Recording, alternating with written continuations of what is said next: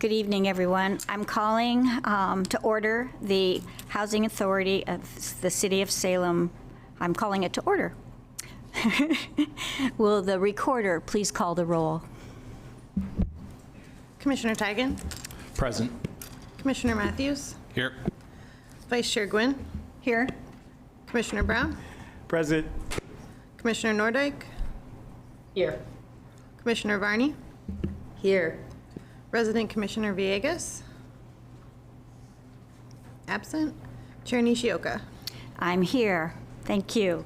Will everyone rise for the Pledge of Allegiance?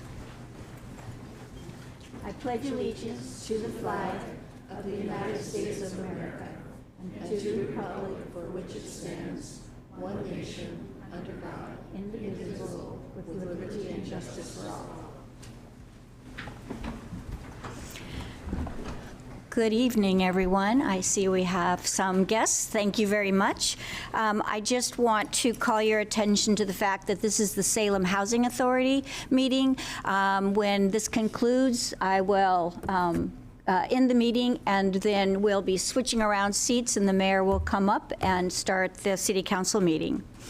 Also, you may notice that to my left is the Director of Urban Planning and Community, and it's a long name. Community Planning and Development. Thank you. Who will be serving tonight as interim city manager. So thank you, Kristen, for doing that. With that said, we do not have any additions or deletions for the agenda. Do we have any public comment? No public comment. So we are now to our motion for consent calendar. Vice Chair? I move approval of the consent calendar. Second. Thank you. So moved by Commissioner Gwynn, seconded by Commissioner Varney. Will the recorder please call the roll? Oh, to your motion. Thank you. The consent calendar tonight consists of minutes from the April 28th, 2025 Housing Authority meeting. Thank you. All right. Any questions on the minutes? Any corrections? I think now the recorder, we're ready for you. Commissioner Brown? Aye. Commissioner Nordyke? Aye. Commissioner Varney? Aye. Commissioner Tigan? Aye. Commissioner Matthews? Aye. Vice Chair Gwynn? Aye. Resident Commissioner Villegas is absent, and Chair Nishioka? Aye. Thank you. The motion passes.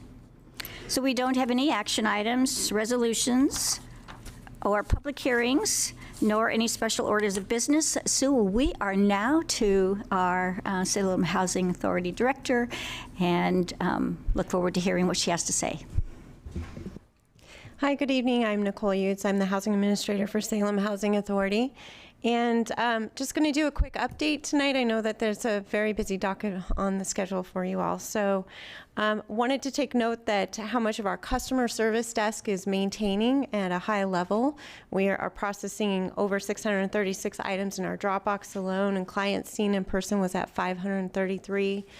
I can tell you that our emails and voicemails are back to being returned within about 48 hours, which is a huge improvement to our struggles during COVID time and getting fully staffed back up. So I'm very excited that our customer service levels are back up there.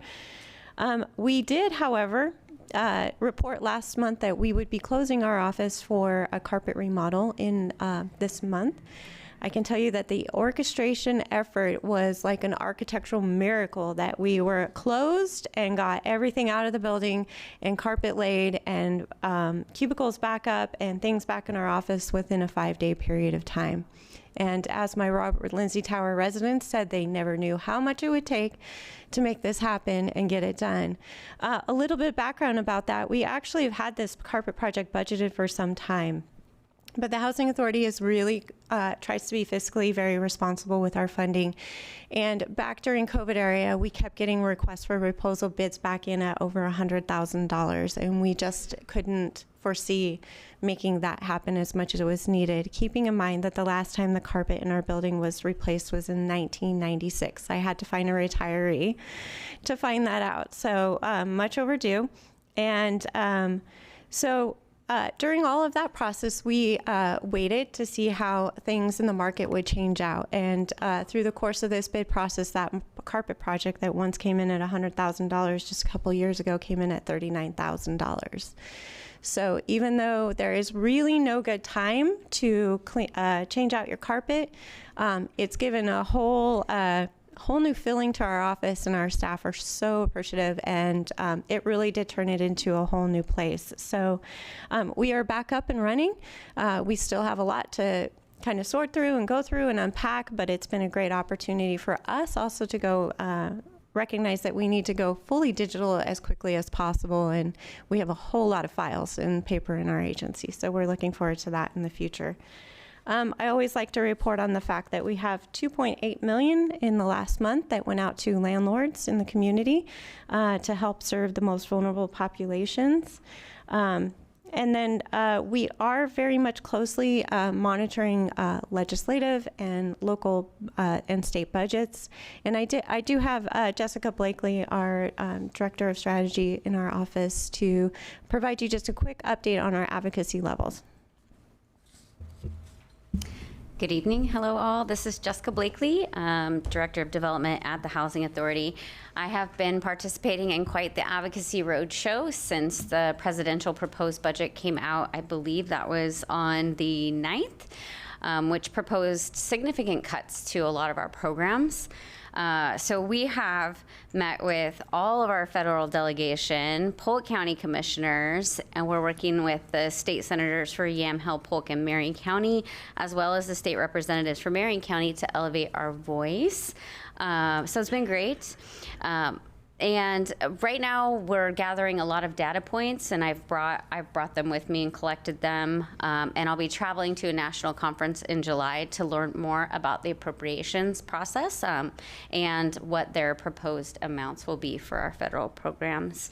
In the interest of time tonight, however, I haven't created any specific talking points, but did have a question for commissioners on how the best way to receive the information would be as we move through this process in this year, whether that be small group meetings or information reports. Happy to answer any questions you might have from our meeting even just this morning with Polk County commissioners, or just a general feedback on how you'd like to receive the information.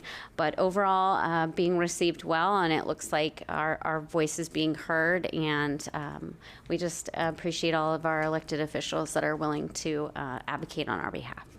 So here to answer any questions you might have. Thank you very much. So I will pose that question to our fellow commissioners. Do you have any thoughts on how you might want to gain the information? The suggestion was potentially small group meetings. Yes, Vice Chair. I personally would prefer small group meetings versus an information report. I see some, yes, Commissioner Barney. Well, thank you. Since I'm kind of busy during the day, I prefer information reports like monthly updates with bullet points or changes or things just to be aware of. And then, you know, if small group meetings needed to be done with more information, I could see doing that. Great, thank you very much. Anybody else have any thoughts? Yes, Commissioner Paul. Yeah, thank you, Madam Chair.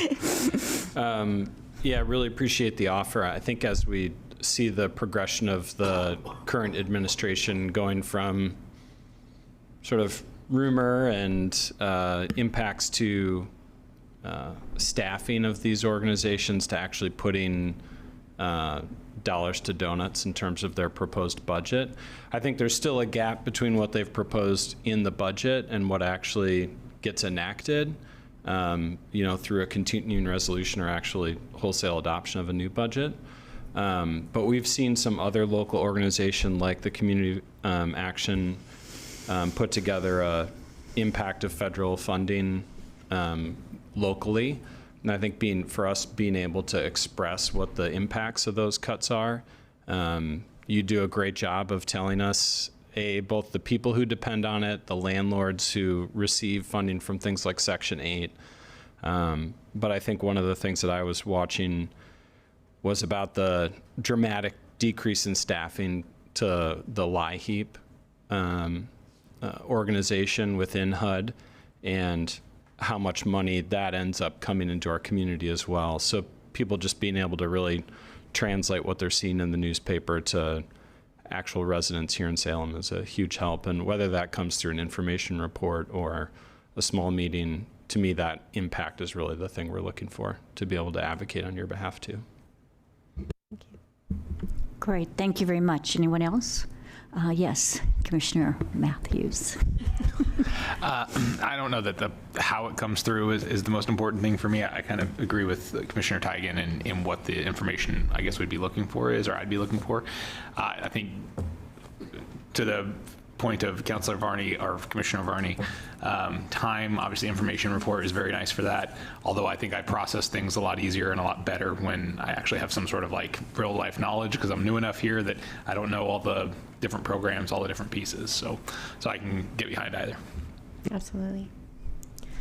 I will also say that the complexity of all of our programs, the different names, the different language that's spoken, the different Section 8, Section 9, public housing, we're even struggling with some of the word terminology that's being used and having to really dig in and investigate probably more than we ever have in previous years. So. Great, thank you. Commissioner Brown or Commissioner Nordyke, do either of you have any thoughts on how you might like to gain the information? I'm flexible. Okay. I mean, I tend to ask a lot of questions, but not as many as Councilor Matthews. So if you, whether it's small group or, I learn really good if I can I'm a visual learner, so Great. I'm flexible. Thank you. Thank you. Councilor Nordyke, go right ahead. Thank you so much, folks. Sorry I can't be there in person today. I like small groups, but I like to have both, honestly. I like having information on paper. It's good to share with my networks, with my neighborhood groups and everything. So I like both. Thank you. Great. And I think we can accommodate both. Wonderful, because I was going to say that I think based on the comments made, and I know my preference would actually be small group meetings, and then potentially either pre-follow-up or both written reports, because then that way we can digest all of that. So I think I'm getting head nods from most here. And if those that are unable to attend a specific small group meeting, it might be that that information could be shared directly with them at another time. Thank you. Good. Wonderful. Thank you very much. Was there anything else? The only thing I wanted to wrap it up with is that our outreach efforts did end on May 16th, and I wanted to report to you that all 3 members of that team have remained with Salem Housing Authority and are working. 2 of them are working in our property management department, and 1 is in resident service. We're excited to see the change in the roles and building upon those programs as well. So great timing. But they're all 3 still with us. And that's it. Yes, I'll just finalize to see if there's anybody that has any questions. Seeing none, thank you again very much. And I will now adjourn the meeting.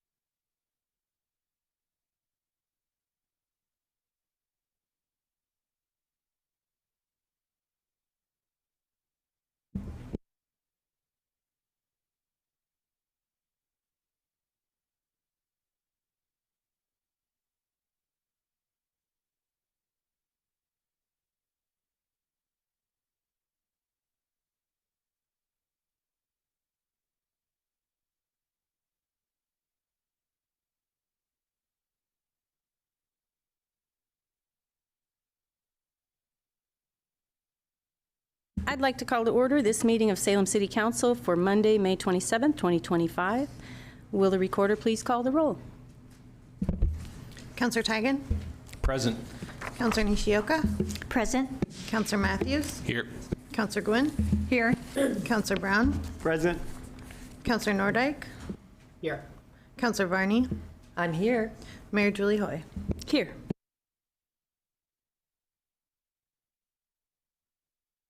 Okay, Council President Nishioka, do we have any additions or deletions to the agenda? We do have an addition. I move for the additions to the agenda. Second. I have a motion and a second by Gwen. To your motion? Thank you. So we have a proclamation this evening that was added, and that would be for the Gun Violence Awareness Day. So that will be added, that has been added to the agenda. Great, thank you. Okay, we are moving on then to, no, wait, we need to take a roll. Will the recorder please call the roll? Counselor Matthews, Aye. Counselor Gwynn, Aye. Counselor Brown, Aye. Counselor Nordike, Aye. Counselor Varney, Aye. Counselor Tigan, Aye. Counselor Nishioka, Aye. Mayor Julie Hoy. Aye. Now we will move on to council and city manager comment. Does anyone have anything they'd like to share this week? Councilor Tigan. Thank you. I'll start. I would really like to take the opportunity before the Budget Committee reconvenes tomorrow to acknowledge the passing of our livability levy. Certainly all indications are that we've comfortably passed that as a community. I was reminded of a quote recently by late President Kennedy that victory has 100 parents, but defeat is an orphan. And I would like to just welcome, the entire community to the parenthood of this levy. I think the thing that really set it apart from early attempts to raise additional revenue for the city was the amazing coalition that came together in short order. Many of us were in the room when the pollster showed us the results of going out to the community in October and asking them what would they be willing to support. And he essentially told this entire chamber, without an active coalition, this isn't going anywhere. And, I think folks looked around the room and said, challenge accepted. And a number of people in this room and out in the community came together and built the coalition that was necessary to convince people to support the city with their hard-earned dollars. And I look forward over the next 3.5 years of my term to stewarding that option and that choice by the public to do right by their decision, and looking forward to doing that with the rest of the council. So I just really want to thank our community for supporting the levy. Very well said. Thank you, Councilor Tigan. Anyone else?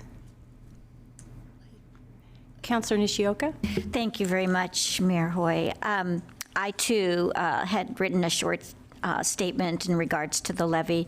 I'm incredibly grateful to the Salem voters for supporting the local option levy. This anticipated win reflects the community's commitment to preserving essential services, including the library, Center 50+, park maintenance, and recreation. I would really like to thank the unions, the businesses, the volunteers, the city staff, board and commission members, and advocates who work tirelessly to inform and engage the voters. Most importantly, I would like to thank our citizens for believing in Salem's future. I also wanted to make note that I had the privilege to do a Salem police officer ride-along with Officer Ben Morgan, who was outstanding in my experience. He demonstrated both passion and compassion in the role as a Salem police officer, and it was really clear how deeply he cares about our community, and I appreciated his time and his patience with me asking so many questions, and it was a great experience. I also just yesterday had the opportunity to take 4 Salem High School students out to lunch. I was in a auction I was bid on, which is very nice, to have the opportunity to speak with them and answer their questions. For incredibly bright young women who have wonderful direction in their life. And it was a sheer pleasure to have that opportunity to spend a couple hours with them. So, and that concludes my comments. Thank you. That's great. Anybody else? Yes, Councilor Brown. Thanks, Madam Mayor. I do have a couple of comments. I think the first one is, at our last council meeting, we had quite a few constituents came into this chamber. Most of them sat on that side. And long story short, they were here to talk about their concerns about our contract with the Velo. And although that's not our responsibility tonight to discuss that, I do want to just acknowledge that those folks that were here, that we hear you and we see you. And although this current body it's not a decision-making body on whether or not a Velo stays or goes, it is our responsibility to make sure that we hear everyone's concerns. And so on that particular night, there were quite a few folks, and a lot of them happen to live in my ward. And so this is an opportunity just to say that we hear you, we see you, and your voice does matter. Having said that, that leads me into the next part, because it does involve our levy. And I'm appreciative, just like the other councilors already, that it did pass. And although there's room for us to celebrate, I would say let's celebrate for only about a good minute, and then let's move on, only because we're not completely out of the red yet. And what I mean when I say that is that although we have a protected fund for our library and our city and our parks, we still do have our public safety that remains number one, but it's also under threat because we will have to find a way to make sure that we close the $8 million gap. And so that to me is very concerning because when we think about the safety within our parks, the library, even Center 50 Plus, we need our first responders for all of those. If you are walking in our parks, and let's just say that something happens, you're going to call 911. And I know there are some people that are probably saying, Dr. Brown, we hear this all the time. You're singing the same song. Great, so you can join along with me and sing with me because this does matter. It matters tremendously. It's because at the end of the day, we do have to have a city that is going to be well protected and safe. And I do not want to have to go down the scenario and closing a firehouse, one or two. So the work still goes on. And so I just want to make sure that we can keep a full perspective, a holistic approach to say, yes, good work has happened. We got the levy passed, but we still have a lot of work to do. And that's where I'm leaning into it. Last week, I did have the opportunity to go to a parent workshop, and I went with Salem PD. I went with Deputy Chief Brandon Ditto. Long story short, there were some parents there. There were some parents there that had some serious concerns about feeling unsafe in the city. And yes, they do live in Northeast Salem, but Salem, whether it's north, south, east, or west, it's Salem. And so, and their concerns were their kids. Some of them in that particular space have a missing child. One particular parent in that space, it was her son who was killed last year in South Salem. And so I am bringing the picture that says we still have work to do. And those parents who are looking at us in that room, they're looking for advocacy. They're looking to make sure that we don't forget about them. And so to my colleagues in this space, my ask is that, yes, let's definitely celebrate what we have done, but let's also take a good look at the uptick in violence that's happening in our city. Because if Northeast Salem isn't safe, nor is South Salem. And so for me, that means we still have a lot of work to do. So thank you. I yield back the floor. Thank you, sir. Anyone else? Yes, Councilor Nordyke. Thank you, Madam Mayor. And again, apologies I can't be there in person tonight. I am definitely feeling sick today. So good news. My remarks will be very abbreviated. I'm delighted to hear that we're doing the proclamation tonight. And again, I am not feeling my best, so I don't have the best handle on words right now, but I'm just delighted that this proclamation is being brought forward. So thank you for those of you in the audience tonight. I'm sorry I can't be there in person with you. As for the election, I want to say congratulations is in order for a lot of things. You know, I look at election cycle kind of like playoff season. There's a lot of races going on, and I just really love the process of watching it all. But I feel quite a bit of joy and satisfaction with the results of this levy. And as Councillor Teigen said it much better than I, this truly was a community-led effort, and that's why it worked. So I am thrilled that we've made this progress. And as Councillor Brown noted, that doesn't mean we're out of the hole. It also means that we don't have to make drastic and heartbreaking cuts. So I am incredibly relieved is really the main sensation that I feel from this levy. I also want to congratulate the proponents of the Shemekia bond. I voted for that, and I was pleased to see the rest of the community voted for that too by a slim majority. I truly feel that investing in our community college, preparing people for the careers that we so desperately need in behavioral health and public safety, we're going to see every penny of that come back and then some. So I was really pleased to see the Shemekia bond passed. I want to congratulate the winners of the school board elections. And last but not least, I also want to congratulate the 3 individuals who stepped forward to run to join us on Salem City Council. It takes real guts to run for elected office. And so I want to congratulate Logan Lohr and Deanna Garcia for their campaigns. But I have to tell you guys, I'm extremely excited. My former intern is going to be sitting right next to me at Salem City Council. She came and did some internship work for me when I was a baby city councilor, and she did an outstanding job. She has compassion. She has a tremendous work ethic. She's intellectually curious. She is deeply connected to this community. And I saw a social media post she did recently of her picking up trash on the side of a road with another neighborhood leader. That's exactly the kind of person that we want to serve on city council. So congratulations to Councilor-elect Mai Vang. I look forward to serving with you and literally alongside you as well. So this has been quite the campaign. And I'm just so excited for next steps. I think once the dust is settled, we should reflect on what the totality of all these elections mean in Salem and what the mood, the tone, and the tenor of the city is right now. Interesting, isn't it? So anyway, I'm still collecting my thoughts and looking forward to discussion this evening. Thank you.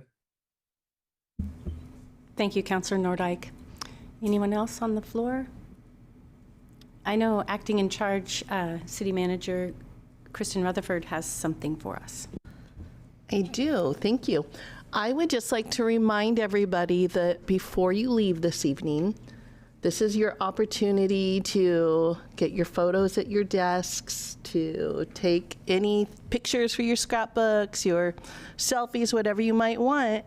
You backbenchers over there, say your fond farewells, because this is our last council meeting in the chambers before we relocate. Move week is next week.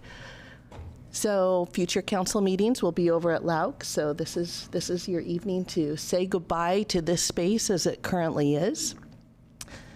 We are moving out of Civic. Most departments are moving out of the Civic Center next week. Please check the city's website, and that will provide you with updates on who's moving where and when they will be in their new locations.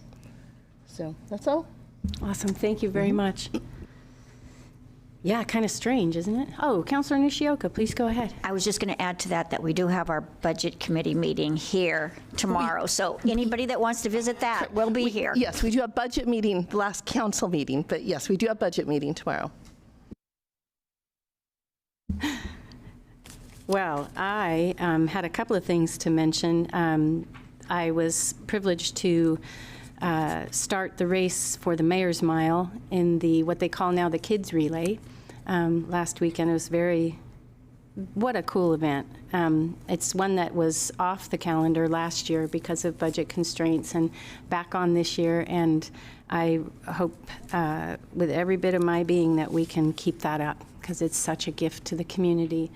The other opportunity I had this last weekend was the Feria del Libro Oregon book fair at the fairgrounds this year. They outgrew the Kroc Center in their first year last year, and this was the second annual Spanish book fair. So it was a lovely event, very culturally rich, a lot of activities and things going on. I'd encourage anybody next year to participate. Lucy Escobar and her team did a fabulous job hosting. So there was that. And finally, I went to Calapooya Grade School to participate in the Safe Routes to School. Counselor Varney was there too. And I rode a bike for the first time in a very long time. And it was really fun. I wore a helmet, but somehow I felt the wind in my hair. And I kind of want to buy a bike now. So we'll see what happens. But beautiful work that's done. And for those of you who aren't aware, that program and Beth, they come into schools, and if children don't know how to ride a bike, they teach them. And they teach them bicycle safety and all the hand signals and everything, which I think have changed just a little bit since 1970. But anyway, I'm thankful for the opportunities that I have to be out and about in this community. And there's a lot going on and a lot that's really very wonderful. So that's about it for that. We move on now to proclamations. And Councilor Nishioka, would you like to come forward and make this lovely presentation?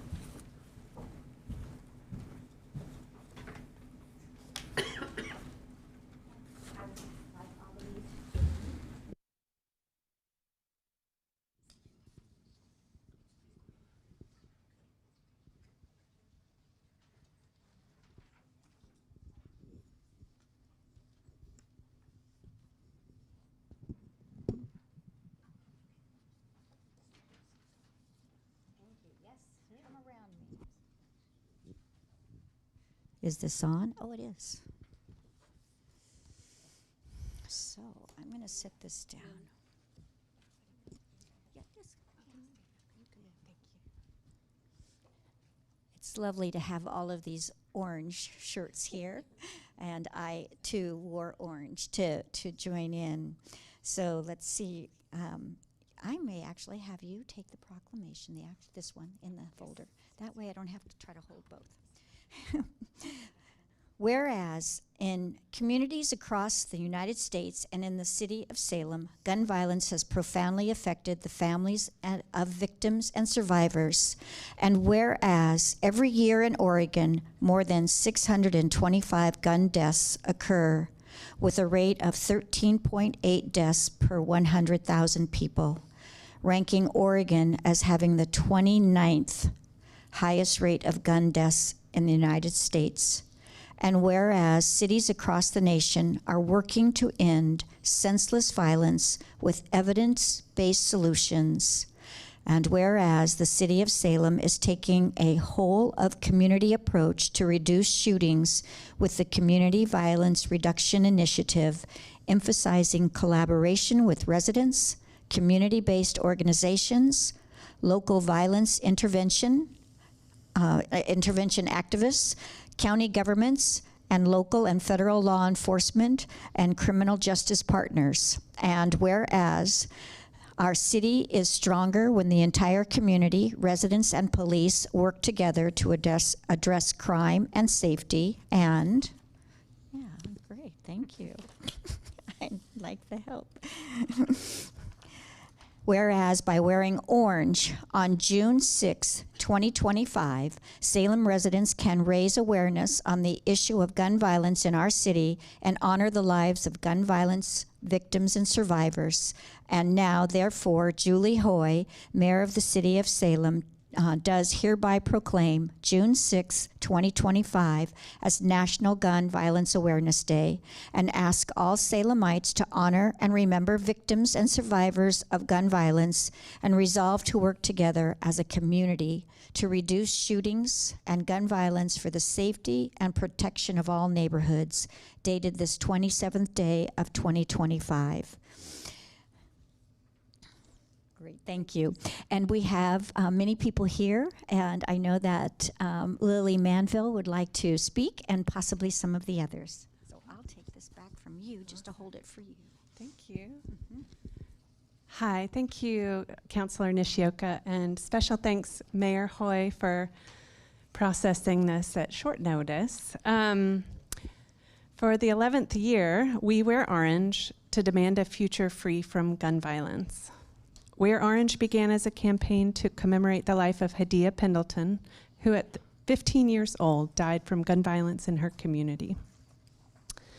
This year for Wear Orange, we focused not only on raising awareness, but on the many actionable steps we can all take to protect our families and communities. This is a call out to parents, educators, local governments, the interfaith community, medical providers, community partners, law enforcement, and especially responsible gun owners who securely store their firearms. It takes all of us working together to keep our communities safe. We invite everyone to wear orange on June 6th, 2025, and you can learn more on our website, wearorange.org. Wonderful. It sounds like Lily's the only one that's going to speak, but I thank you all for coming and being in support. Again, thank you all.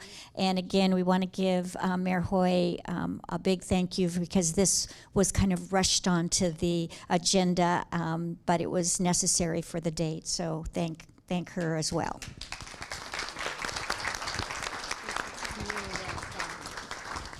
All right, this is your proclamation. And I will take the rest. Thank you. All right, thank you all for coming. Thank you for coming. I don't know how to turn it off.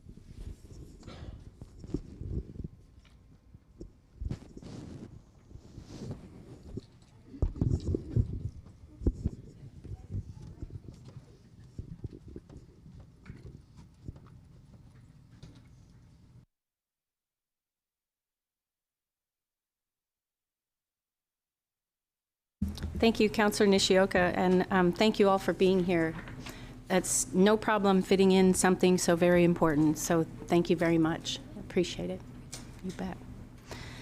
Okay, we are moving on to, we have no presentations, but public comment. We have two folks signed up to testify. I'll call your name. Please come forward to the podium. Are both working tonight, or looks like yes? Okay. Come forward to a podium on either side and announce your name and your ward or your address for the record. And I'll call two names at a time. I have Evan Manville first, and then Scott Bassett.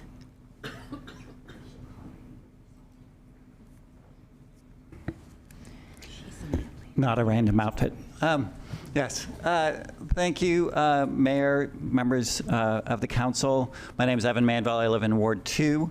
I submitted written testimony. It's near the end of written testimony, packet number 1, in support of item 7.1C, the parking meters downtown. I'm somewhat of a parking nerd, which makes me not very popular at parties. I'm also someone who supports parking meters, which makes me even less popular. But it's exciting times in Salem. The good news is Salem downtown has a parking problem. Lots of people want to go there. That's great.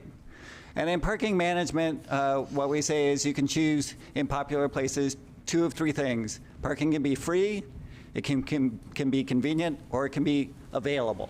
And right now, there's often not parking available. And so the city's moving forward and offering customers the option to choose free parking in parking garages that's slightly less convenient, or more convenient parking and pay $1 or $2. It's a smart thing cities across the country have done. We used to do it. I'm thrilled that we're going back to it with your support. So please support that measure. That said, I would recommend two changes to this, either tonight or in the future. At the Budget Committee with you all, I noted a pattern of us making small decisions as a city that collectively helped create structural budget deficits. Each decision has its merits and its reasons, but together they add up. It's easy for us to point fingers at measures 5 and 50, but we also have to point fingers at ourselves. So my first recommendation is to remove the 2% cap on downtown parking assessments increases. As written, it builds in structural financial shortfalls. It ensures we're going to fall behind on inflation. As we know, the city's costs increase even higher than inflation over time. And so by having that 2% cap, it kind of ensures we're going to add to future cuts to fire and police and parks and library. And as Councilor Brown noted, we do have an ongoing problem. We did not solve it all with the livability levy. My second recommendation is to address habitual parking violators with escalating fines. You can read about it. Ben does this. It just says those who have a lot of violators should pay higher fines. And that kind of nudges people into accordance while having a low reminder fine for those who violate once or twice a year. Or 3 or 4 times. So those are my 2 recommendations. Lastly, I would say parking reforms are kind of like getting into a hot tub or a hot bath. It's a little scary, you're a little tentative, but once you get in, it can be really nice and you can really enjoy it. So hopefully let's do that. Let's move quickly towards it because we do have structural deficits that we need to address. Thank you for your consideration. Thank you for your testimony. Scott Bassett?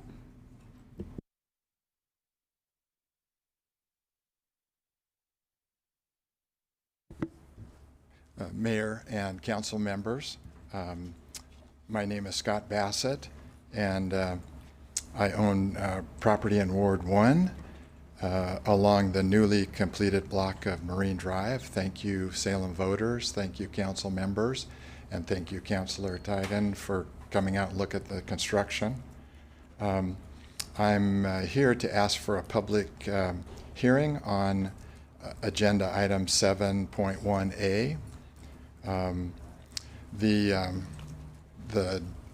The measure relates to floodplain mitigation, and it's a little bit ironic that it has mitigation in the title, because when it went through the Planning Commission, it was called a habitat assessment, and now in the staff report, it's called a mitigation assessment. The rules do not appear to allow much in the way of mitigation. And so I would ask you to maybe ask staff about what mitigation is allowed. About 5,000 property owners got the mailing announcing the new proposal. But the mailing just uses boilerplate out of the statute on headings for land use actions, and it doesn't actually describe what the measure does. Your staff report, in contrast, describes what the measure does. It requires developers to complete a mitigation assessment for floodplain projects. And it ensures, and there's 3 words used together here that are pretty scary: no net loss of storage capacity, water quality, or vegetation. And so there are 800 acres of undeveloped property that are affected by this. And it would be really important to find out if there are opportunities to build, what they are. Tonight's staff report notes that developers are required to do this mitigation, but the notice that went to landowners didn't say anything about some key words. They didn't note that it was no net impact. They didn't note that it was flood storage, and they did note it was no impact to vegetation. And so I think that if the notice had gone out, you would have more than one person testifying, because even out of the 400 acres of residential, you would want to know, is there an impact on the available land for multifamily construction? So I ask that you approve a public hearing, and we get a chance to talk about the details of the proposal. Thank you very much. Thank you for your testimony. We have 2 people signed up for testimony at the end of the meeting. If everybody's okay with it, we can go ahead, and if you folks are okay testifying now rather than how much later, we don't know. Okay, so I'd like to call Terry Finch, please, and Lynn Takata. And please just remember to announce your name, your ward, or your address for the record. Thank you, Mayor Hoyt. My name's Terry Finch, and I'm in Ward 1, and my address is 1307 Marion Street Northeast. And the reason that I'm here is because I feel like it's going to be important for you to see what I've seen over the last year and a half or so in my neighborhood. And from my front door, my porch, I look out and I see the micro shelter, the back of Safeway, ODOT, and North High School. And from that purview, all around that general area, from the micro shelter all the way to North High, is this. This was October of 22 on the sidewalk, and if somebody can tell me how to advance this. Arrow key on the keyboard. Arrow key, thank you.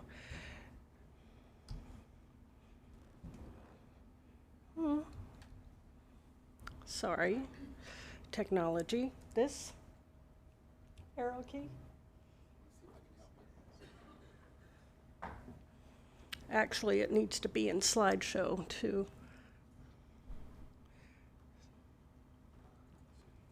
There we go. Okay, thank you. And so this is on Marion Street, northeast across from the micro shelter.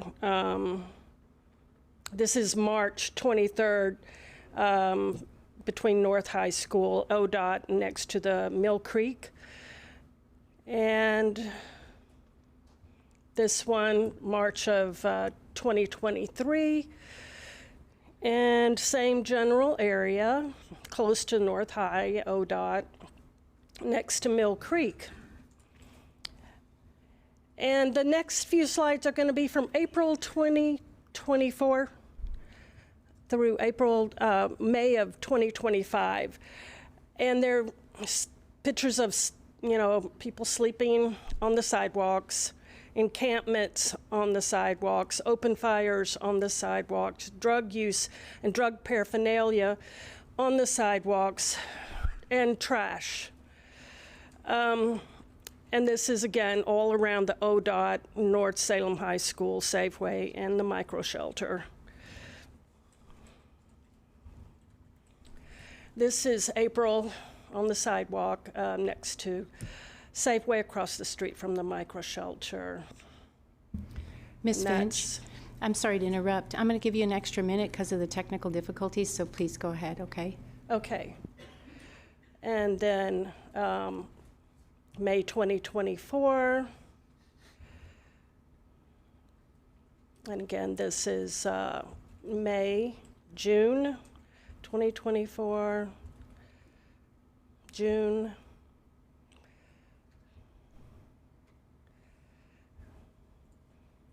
July, August, September, and September, October.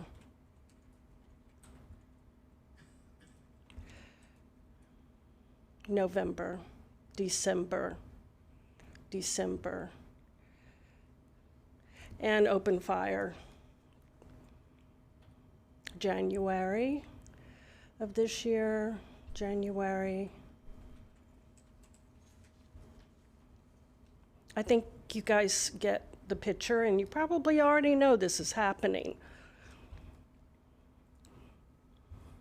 But it's happening a lot. And it's happening to me. It's happening to my neighborhood. It's happening to the children who go to North Salem High School. It's happening almost daily. And my worst fears are coming to fruition. Ms. Finch, thank you so much for bringing this to our attention. And my heart goes out to you and to your neighbors. I know some neighborhoods in Salem suffer way more than others. And I know you're suffering deeply in that area. So thank you for being here. Okay. Lynn Takata.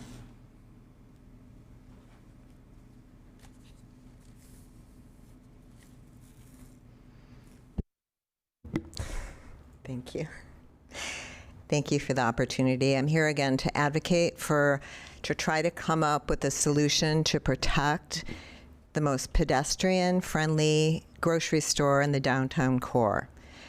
Our Safeway manager is not able to be here because he doesn't have permission from corporate, but I and some other neighbors have been taking photos, and I've been recently attacked, or threatened to be attacked.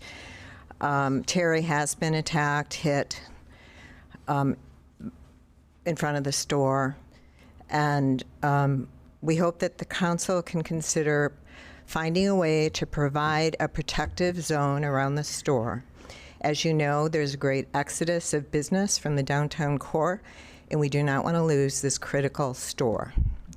The City of Salem Police Department kindly provided 1 week of additional patrols and made a huge difference, but that's over.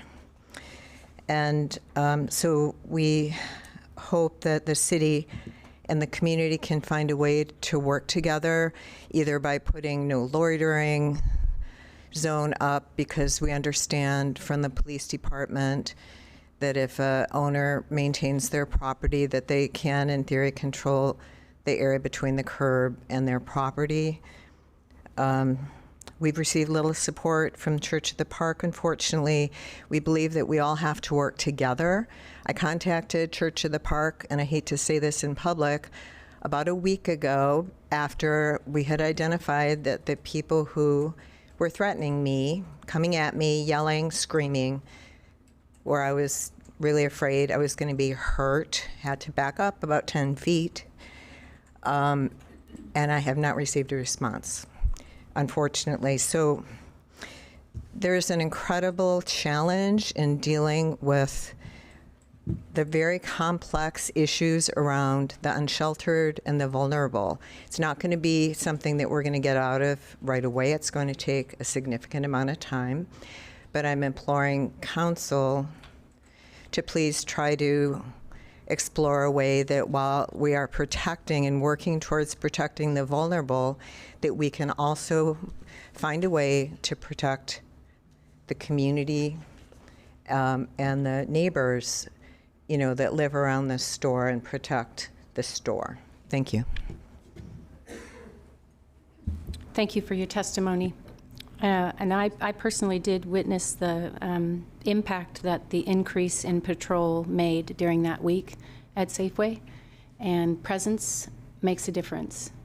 So, thank you.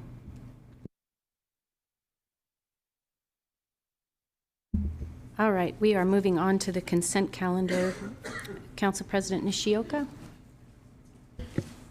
Yes, thank you. I move to approve the consent calendar. Second. Motion and a second by Thank you. Gwen. To your motion. Thank you. The consent calendar consists of 3.1A, the May 12, 2025 draft City Council minutes, 3.2A, adopt Resolution 2025-07, authorizing the interim city manager to enter a partially forgivable loan agreement with the Oregon Department of Environmental Quality.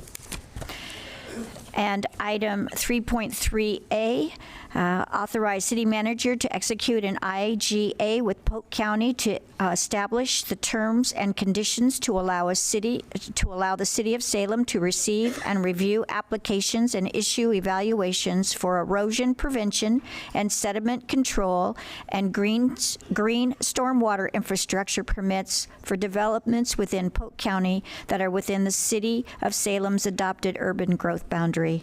And that completes the consent calendar. Any questions or input? Will the recorder please call the roll? Counselor Gwynn? Aye. Counselor Brown? Aye. Counselor Nordike? Aye. Counselor Varney? Aye. Counselor Tigan? Aye. Counselor Nishioka? Aye. Counselor Matthews? Aye. Mayor Julie Hoy? Aye. Okay, moving on to public hearings. The Salem City Council will now conduct a public hearing concerning the Salem Housing Production Strategy. Individuals testifying must provide their name and address or ward. Individuals are limited to 3 minutes of testimony.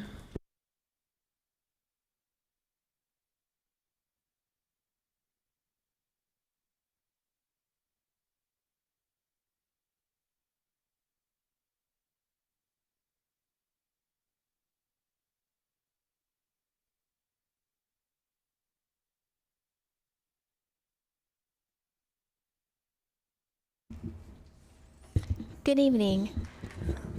I'm Eunice Kim. I'm the Long Range Planning Manager for the City of Salem. I'm here tonight to give the staff presentation on the draft housing production strategy. With me tonight is Beth Goodman from Echo Northwest, who's going to be helping me answer any questions you may have tonight.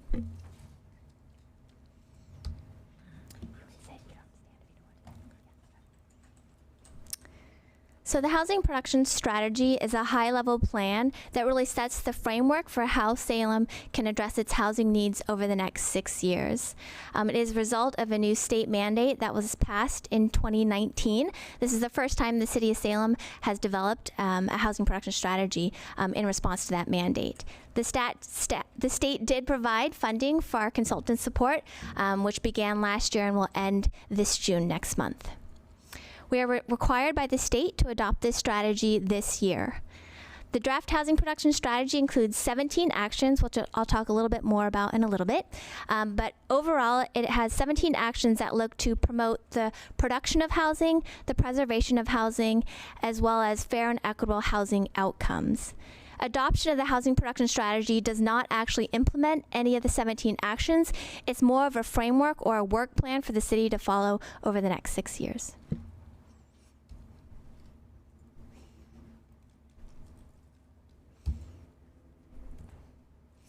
The housing production strategy comes after the housing needs analysis that was completed in 2015.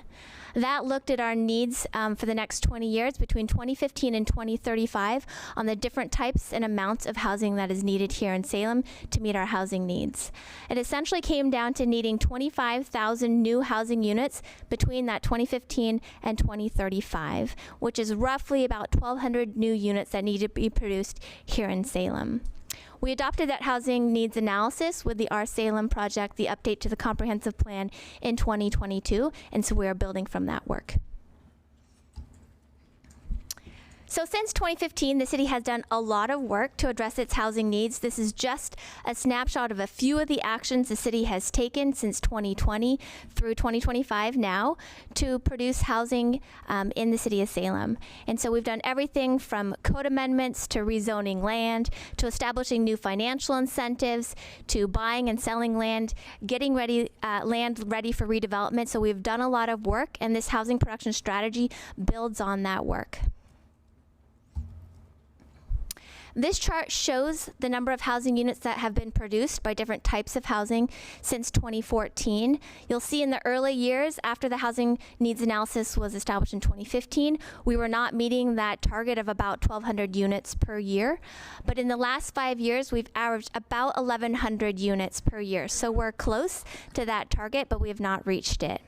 The green color is multifamily, so you'll see we've been permitting more multifamily housing units in recent years. The blue is single family, and then the rest is middle housing and accessory dwelling units. About 60% of our units that were permitted last year were multifamily, and about 30% were single family. The rest were, again, middle housing, duplexes, triplexes, townhouses, and accessory dwelling units. So over time, since the housing needs analysis, again, was completed in 2015, housing costs have been going up. Rents have been going up, home sale prices have been going up, and household incomes have not been keeping pace. Essentially, less than half of our households here in Salem can afford average rent and utilities here in Salem, and about 16% can afford a medium-priced home. So there is a gap between what is for rent and what is for sale and the incomes here in Salem. So the housing production strategy looks to address those needs in 3 different ways. One is we know we need more housing overall. We need to produce more housing, whether it's single family, multifamily, middle housing. We know we have not produced enough in the past, and we know in the future we're going to be given a target from the state that is much higher than that 23,000 new units. So we need more housing overall. We also know we need more affordable housing. A lot of our lower income residents, again, cannot afford rents and cannot afford homes here, and so we need more both rental affordable housing and home ownership units. We also need different types of units. We need multi-generational units. We need more accessible units. There are segments of our population where the market has not produced enough housing to meet their needs, and sometimes the housing is not in the locations that's most desired. So there are folks that have been saying in the community they need more housing near transit or near amenities, as an example. So the housing production strategy is in response to all of these needs. It is trying to set the framework for how we can move forward to meet this diversity of needs. We know because the needs are very big and broad that there's not one single priority or one single strategy that's going to meet all of those needs. So instead, the housing production strategy has 17 actions. We started with a much broader list of actions and kind of whittled it down over the last year with input from the council, the community, the development community, to really understand what are the 17 actions that will meet our needs and will also be implementable given staff capacity and financial constraints. It also builds on ongoing work. So you'll see some of the strategy in the draft housing production strategy are actually things we're already working on. And so we're trying to get credit from the state for the things that we're already doing. Each of these actions are also distinct projects. So as I mentioned earlier, the housing production strategy, if it is adopted, does not implement the actions themselves. We will need to be going through a process for each of those actions. So as an example, one of the high priorities we heard from the development community is that they want us to update the code, the zoning code, to remove potential barriers to different types of housing. If the housing production strategy is adopted, we would kick off that project immediately and do a whole process working with the community, with the development community, to identify those barriers and come up with a code amendment. Ultimately, that code amendment would come through the adoption process to the City Council for adoption, for a yes or no or a change. So that's just one example of how the City Council will weigh in on each of these actions in the future as those details of each action is worked out during implementation. If the City Council says, we don't want that code amendment, we don't want to do new URA, we don't want to do SDC changes, the council can decide that in the future. And what would happen is we would then go to the state and ask for a replacement or an alternate action. We would do that at our 4-year in 2029. That's our midpoint report that is required by the state. So we check in and say, this is how we're doing on those 17 actions. Maybe federal funding falls through. We can't actually fund some of these. And we say, this is the reason why we can't do that action, and this is what we propose to do instead.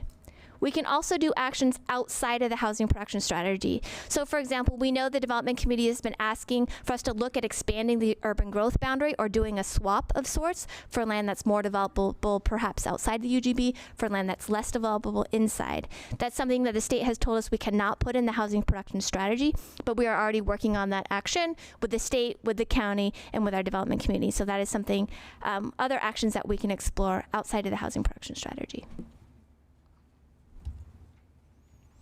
So generally, the 17 actions in the draft housing production strategy fall in these 3 buckets. There's the regulatory, the financial, and the land and partnerships. And then there's some around advocacy and education and awareness as well. I'm not going to walk through all 17, but I'm going to give some examples. So under the regulatory side, I mentioned the code amendment. Another action that is of interest from the development community and others is improving our permitting process. That's something that's already ongoing and something that we plan to continue working on. So again, we're putting it in the housing production strategy and hopefully we'll get credit for that. Under the financial incentives, we have a plan to look at our system development charges methodology. We last established or updated that methodology in 2019. So back then, middle housing wasn't a big thing. We didn't allow it broadly. So this is an opportunity to look at our system development charges and say, what is the right amount for different types of housing that are now being built. Under land and partnerships, one of the examples is support of our community land trusts. The City of Salem only has 1 community land trust right now, and it's a way to promote affordable home ownership because a nonprofit essentially holds the land, and then the units on that land are sold to lower income residents, so they're paying a lower price for the homes.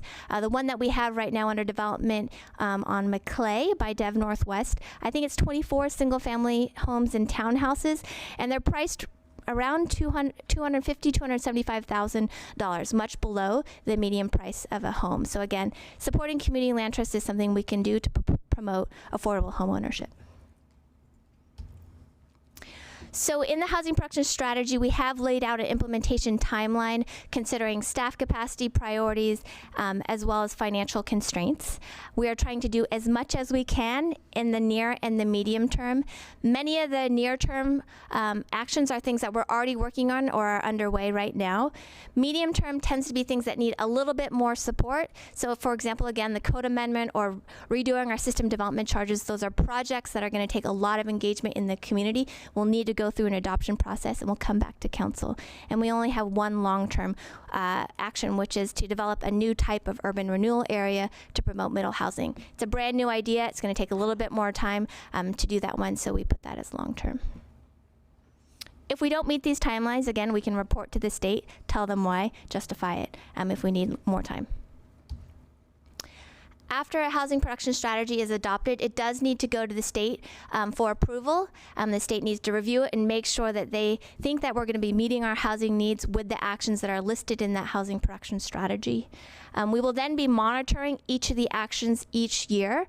And so we have metrics in the housing production strategy for how we're going to look at, are we making progress on each of these actions? So as an example, for the permitting process, we're going to be looking at what is our average time to process a housing development, and we can report on that each year. And again, our midpoint report is due to the state in 2029. That's again our opportunity to say, hey, things aren't exactly as we thought they were going to be. We need more time on this, or we need a different action, and we can make that request. So that concludes my presentation on the draft housing production strategy. Staff recommendation is to adopt resolution 2025-11. Thank you. Thank you. Does anyone have any questions? Councillor Teigen. Thank you, Madam Mayor. Just a real high-level question at the outset.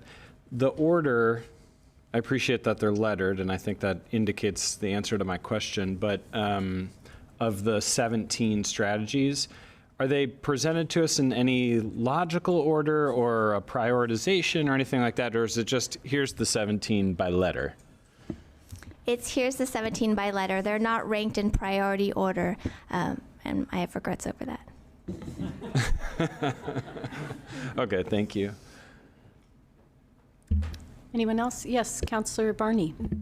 Thank you very much. I was just kind of curious because as I looking at the regulatory parts, zoning, permitting, et cetera. I know there are a lot of, I guess, state laws that require us to go through certain time periods and certain processes. So, for example, with the permitting process, when does public input occur? Is it multiple times during that or something? I'm just wondering, because that's generally one of the things that we don't have control over necessarily about time, et cetera. So I was just curious.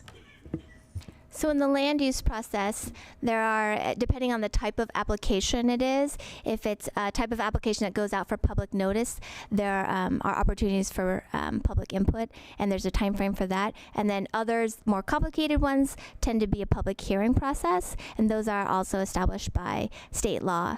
The permitting process on the development services side, actually there's a state bill right now that's looking to establish a time frame for that process as well, to again kind of expedite to the extent that communities are not moving quickly after the land use process to do further permitting. So those are coming.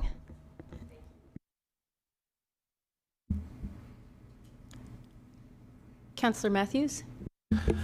I just had a question. So initially in the beginning, you kind of said there were 23,000 units is approximately the number we're trying to hit, right? A burn rate of about 1,200 units a year. Is that right? And so kind of knowing that, do we have a further breakdown that kind of says this is the type of units we need specifically? Like we need X amount of these units, we need X amount of that unit. Sure. And so I should have said on that chart that showed building permits per year, I think since 2015 through now, we've permitted about 10,000, so not quite half of that 23,000 need. I just wanted to say that. And we do. The housing needs analysis looks at the number of affordable units that are needed. And if I remember correctly, it's about 600 per year that we need. We are not meeting that affordability target. I think this year, or 2024, we permitted 200 affordable units. Year before that was closer to 150, 175. And so we're pretty far off on the affordability.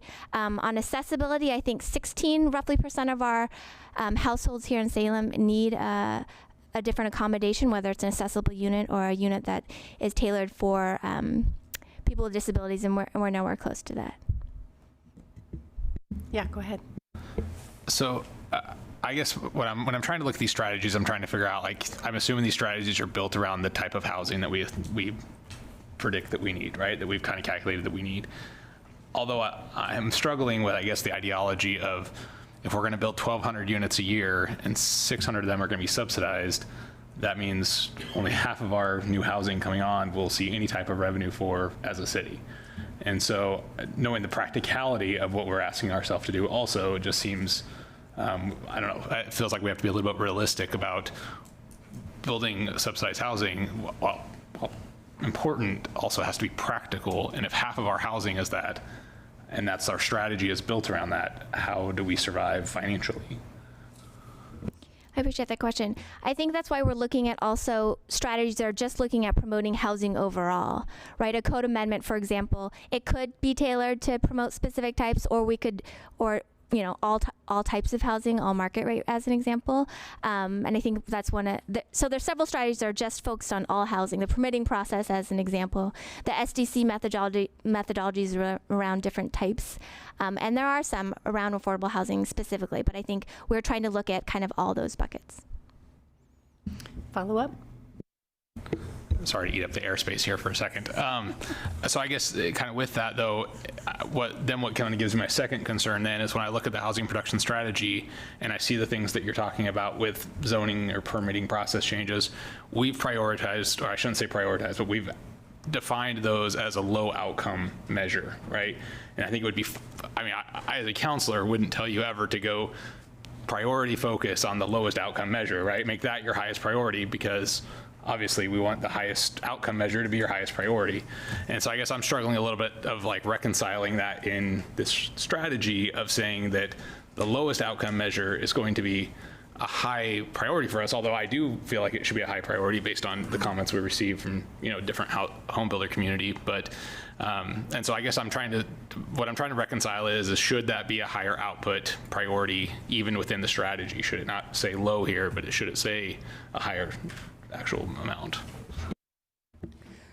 So just one thing to understand about a number of these strategies is that something like a regulatory strategy in and of itself is necessary to get housing produced, but it's not sufficient in and of itself to get housing produced. And that some of that is the reason that you're seeing lower outputs from some of these. On their own, they may not result in a lot of housing development, but taken together, when you put them together with your other existing policies also, at that point, you can get some more action going. In other words, more housing developed. So when we look at each of the strategies, it's more on its own, and you have to think about it in the context of the broader existing housing policy, as well as the new strategies. And I'll also observe that some types of housing units, like middle housing units, they're not income restricted affordable, but they are proportionately more affordable, and including more affordable for home ownership. So they're not necessarily affordable for home ownership without subsidy to your lowest income households, but to your middle income households. So this is really much more like a housing ecosystem, all taken together. Anyone else? Councilor Nishioka. Thank you. One specific question and then a big question that I don't necessarily expect a true answer for. The first question, the land trust that you spoke about, because that is a nonprofit that owns it, they are not subject, that whole area is not subject to property taxes. So again, it fits into the category that it's affordable, but we don't gain any property tax revenue from that. I'm just wanting to be reassured that that was correct. Earlier in your presentation, you talked about the gap between housing prices, rent prices, and income in the area. I'm wondering if there's any thoughts on how we can change that. And I mean, I understand that that's a big question, but I think that that is something, is it, you know, it's like there's no win. We want to bring in people, we want to bring in jobs, we want to bring in people, but then housing is expensive. And so how do we try to resolve that?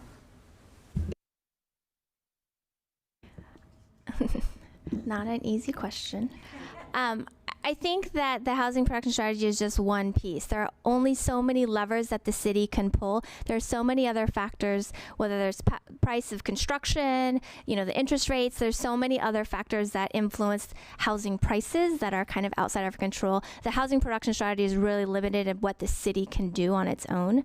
And that's why you see kind of very finite number of like levers that we can pull. And Beth, did you want to? Well, I wanted to talk about the other thing that we talk about too little in housing, which is economic development. So looking at jobs that are middle and higher wage jobs, and that's something you'd need to do outside of this study, but within the context of this study. Happily, in economic development, I think we're acknowledging more and more that housing is an economic development strategy. So having housing that's affordable for people to live and work in your community. And of course, some jobs in your community are definitely in the lower wage. So having more housing, trying to get more housing to drive rents down a little bit. And not all housing is going to be home ownership, of course, and then looking for opportunities for affordable home ownership, which is particularly hard. So looking at this more holistically from all the different perspectives. And what you're asking for is, in fact, the thing that's really hard to crack, but looking at it consistent with economic development also.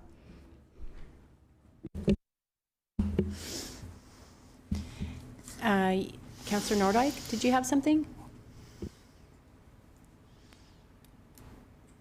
Yes, I did. I wanted to know why the Plan Commission rejected this proposed housing production strategy. They issued a one-sentence finding that's included in our packet that simply says it's not sufficient, but I have a feeling there might be more to it than that. It seems like the Planning Commission had thought that the plan was a little bit too vague. I think They wanted more detail on each of the actions, and I've heard that a lot in the community as well. They want to know kind of what exactly does this look like, this, whether again it's a code amendment or a partnership, what are those details, what is the exact impact, what's the magnitude that each action is going to have, and I think a lot of those details won't be known until we actually work through those actions to understand those the impacts. What does it look like? So as an example, if we were to as the city is directed, right, the staff is working on developing a new urban renewal area for the north waterfront. The size of that URA, right, will change will change the impact, the projects and programs within that. And so I think that level of detail they were looking for a little bit in the housing production strategy, which again would be worked out later. So adding on to that, if you think back to when we originally did the housing needs analysis and the housing strategy that went with that, it wasn't a housing production strategy, but it was an action plan about a lot of things that the city has since done. It took between 2015 and 2022 to get a lot of those things done and the document adopted. So that's a 7-year period. So if you'd asked staff at the beginning of that, what would the impact be? What would, what are the exact solutions that we'll have? They wouldn't have been able to answer that. You had to go through the process of doing all the things and figuring out if the actions in the HPS or in the housing strategy are the right ones. There'll be different opportunities for funding, different laws here over the next 6 years that are going to influence how you're going to implement any of your housing actions. Thank you. Madam Mayor, a follow-up if I may? Yes, go ahead. Thank you. Thank you. That explanation satisfies me. I can understand you've been clear in your presentation. This is about draft strategies. You're not asking for us to make any final decisions tonight, but you do need to see which way the wind is blowing from us. And I have no doubt there'll be further opportunities for input, especially when we start drilling down into whether we actually implement something specific. And to that end, I see that some of these proposed strategies are all about URAs. And URAs have come under a lot of criticism as of late, and so I know by voting tonight, I would not be voting to approve URAs. That would be subject to its own process, and as the URA board would have to meet, and we'd have to hold hearings on such. We can't just approve that tonight.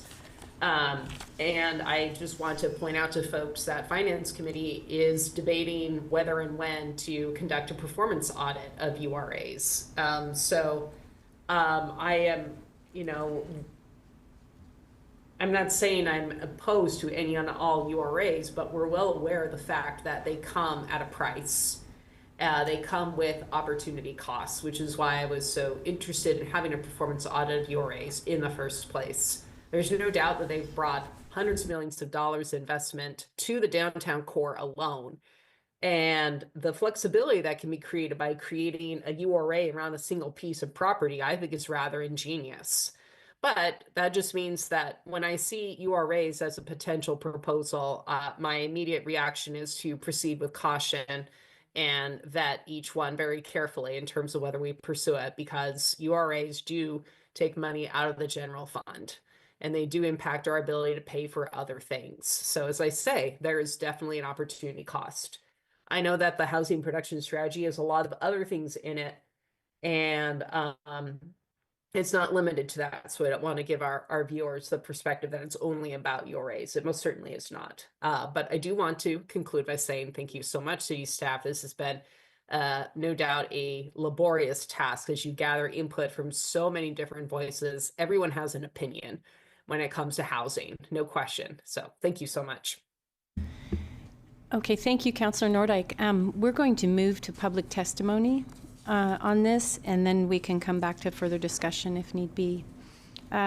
We have 6 people signed up for public testimony. You'll have 3 minutes. I'll call 2 names at a time. Please say your name and your ward or your address for the record. And I'll call 2 names at a time so we can keep things moving. First up is Brittany Randall, and Steve Anderson will follow.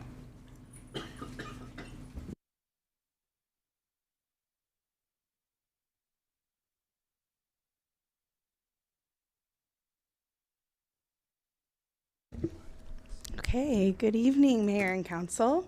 My name is Brittany Randall. Excuse me. I'm the owner of Brand Land Use, the land use consulting firm here in Salem in Ward 2. So I do understand the intent behind the HPS and the importance of supporting housing development in Salem, but I was concerned that the document as currently framed might place additional burdens on the city without clear assurances of funding, feasibility, or measurable outcomes.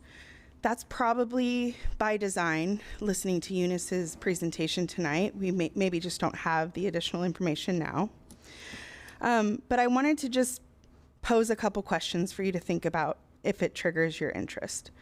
I'm curious what the consequences are, legal, financial, or otherwise, if the city doesn't adopt an HPS tonight. And then will the implementation and monitoring rely on external grant funding, and what happens if the funding for those efforts dry up? And then during the public discussions about the production of this housing production strategy, I had mentioned some non-financial incentives for housing, and so I was curious if council has explored alternatives.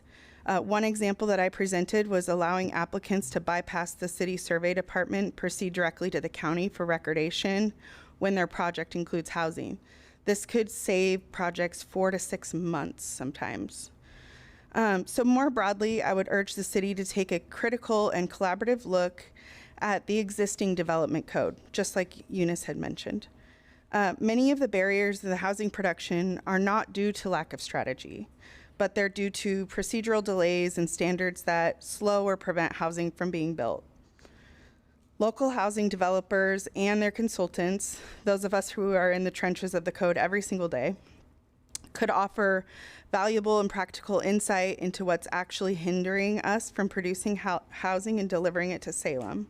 So I'm just asking that you bring us to the table for a conversation about that. And then similarly to our presentation, I wrote this before I even knew they were going to say this, but ditto on one thing. I would ask that you think of Salem as a complete ecosystem. Code revisions are not just necessary to facilitate housing, but they're going to be essential to attracting and retaining high quality jobs to support our long-term economic growth. Without jobs, the housing we produce will risk standing empty. A more responsive and streamlined development code will benefit the entire city, not just the housing sector, but also the broader economic landscape of our city. Thank you. Thank you for your testimony. Steve Anderson and then E.M. Easterly.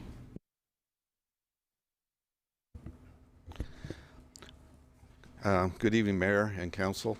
Steve Anderson, West Salem Neighborhood Land Use Chair, speaking tonight on behalf of the Executive Board and the Neighborhood Association. We ask that Council not approve or adopt this resolution tonight, but instead adopt the recommendations of the Planning Commission, where they want this to return to staff for more production. That's to go back to staff for further refinement. In answer to a couple of your questions, we have until December 31st by the state to have this done. And the state requires this study, but it doesn't require the number of scenarios. And so this is the why of our presentation tonight. This is a cost-benefit analysis. It shows the 17 scenarios, and in our testimony, I give show them to you, and they're color-coded. But as you go along the x-axis on the bottom, you'll see going low to high in terms of benefit, increased production. This is all data from the consultant's report. They did an excellent job, good work, but this is looking at it. On the y-axis, you go from the lower left to the top, low to high cost. So if you look at this, there are only 4 of these strategies, CFAB, that are cost effective. They produce results in terms of production, and they don't cost a lot.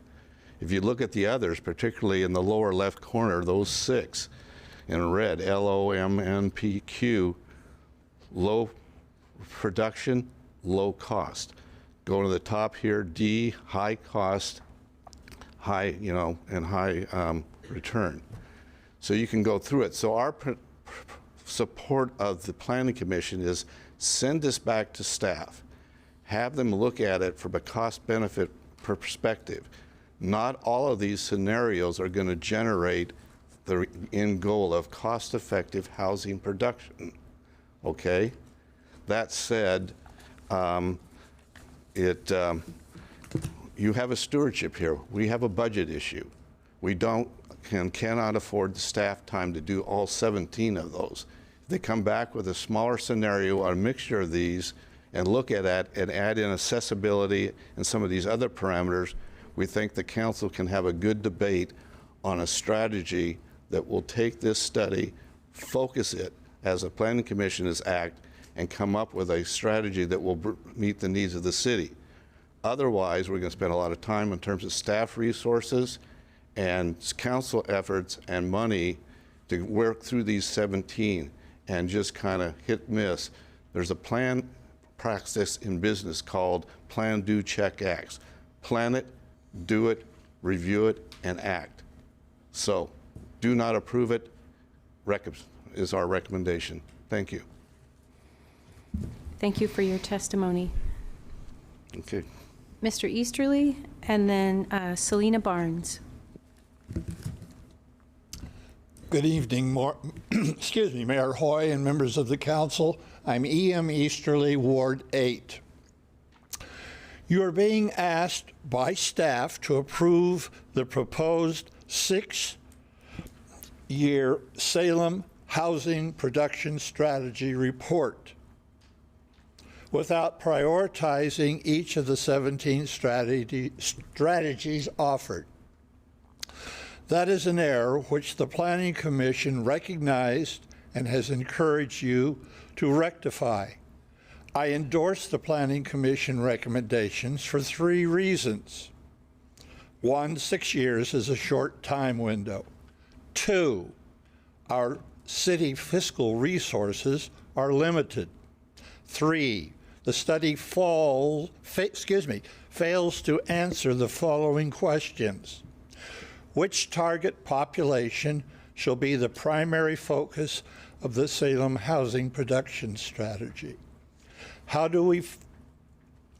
will focusing on those priorities facilitate efforts to increase the number of target population housing units? Which Salem housing which HPS generates the least long-term infrastructure liability?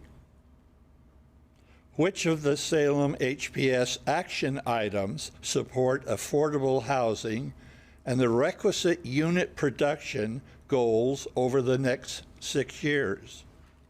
I invite council to provide answers to these questions during your deliberations. You will hear pleas for specific priorities this evening.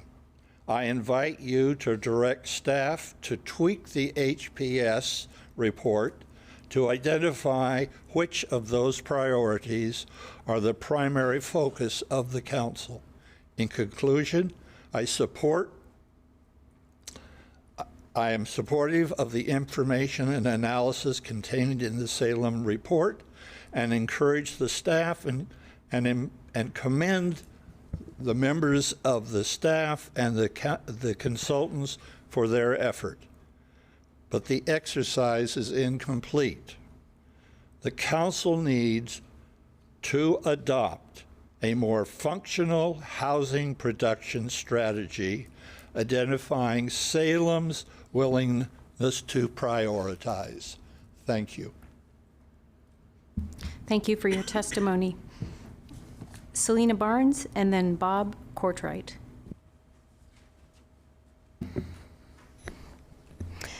Good evening, Mayor Hoy and councilors.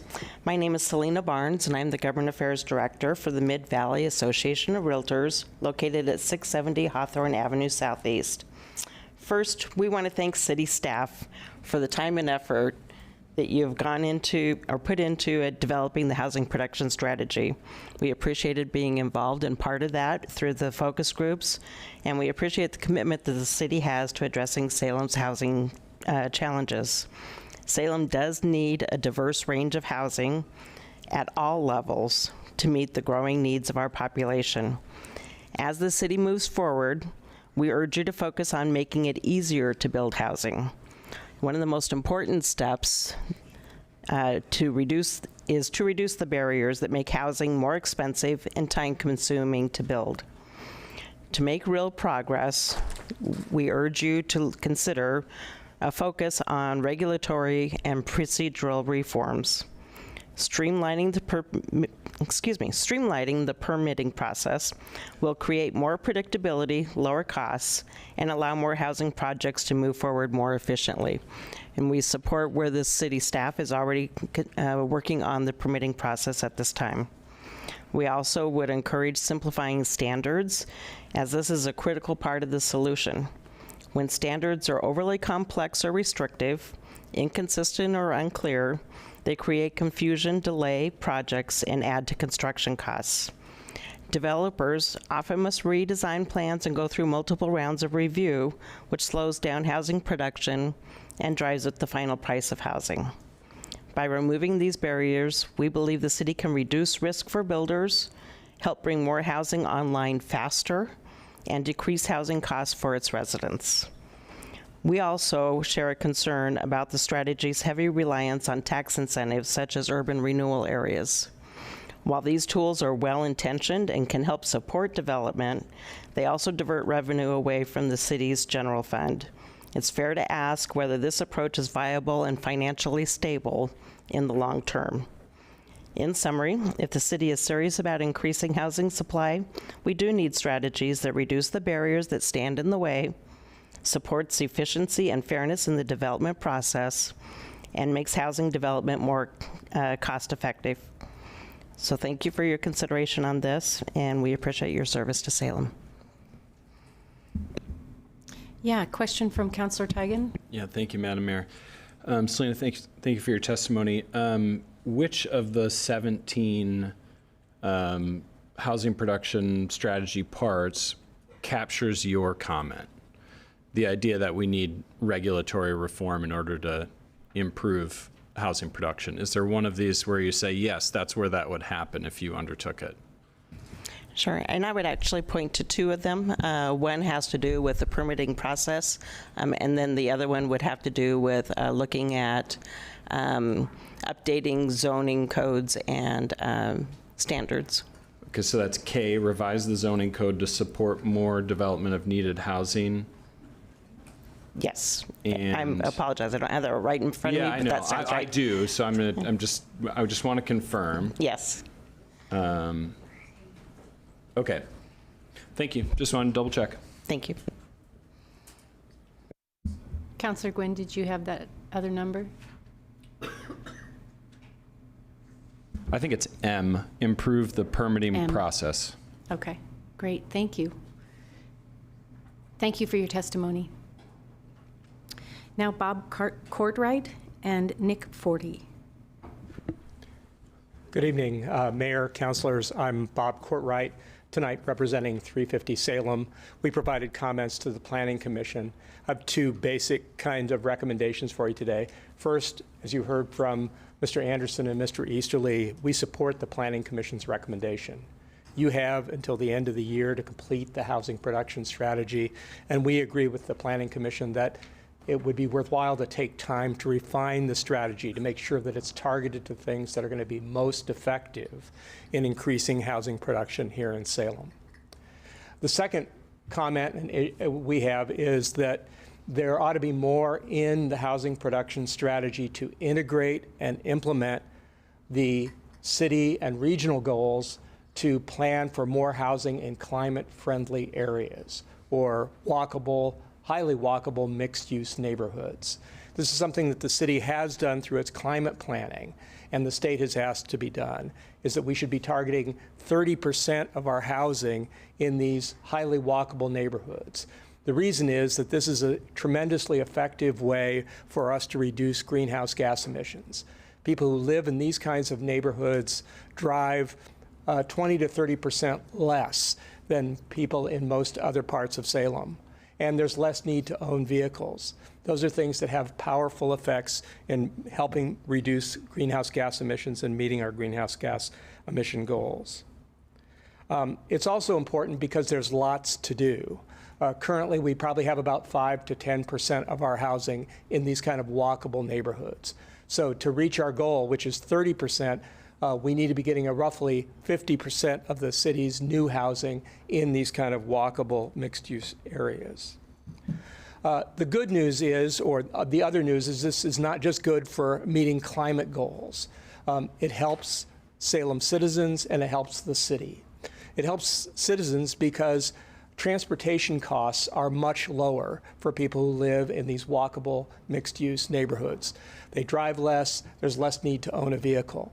And since transportation costs are the second cost, they're 20 to 25% of our household costs, that makes a big difference.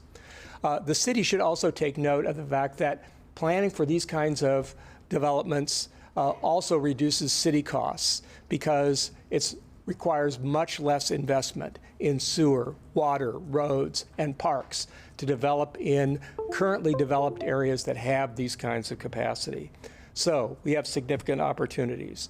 We have 2 specific recommendations for you. One is to adopt a specific goal as part of the housing production strategy to get more housing in climate-friendly areas. And the second was to add actions that target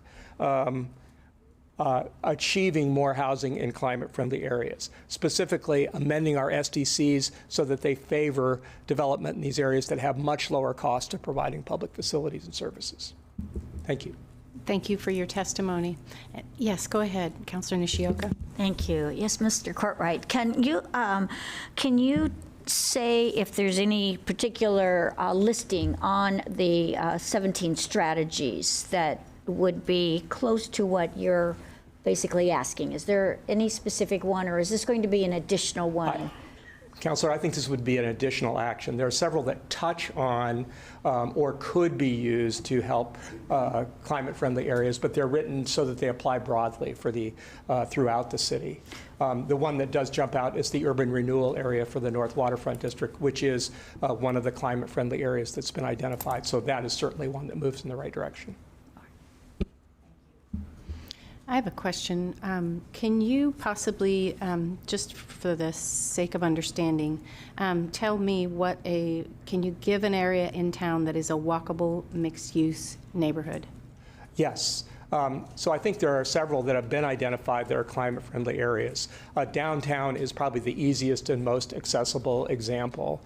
The other areas that have been identified are the North Waterfront that has that kind of potential. And inner West Salem, I believe, are the 3 climate-friendly areas that have been identified.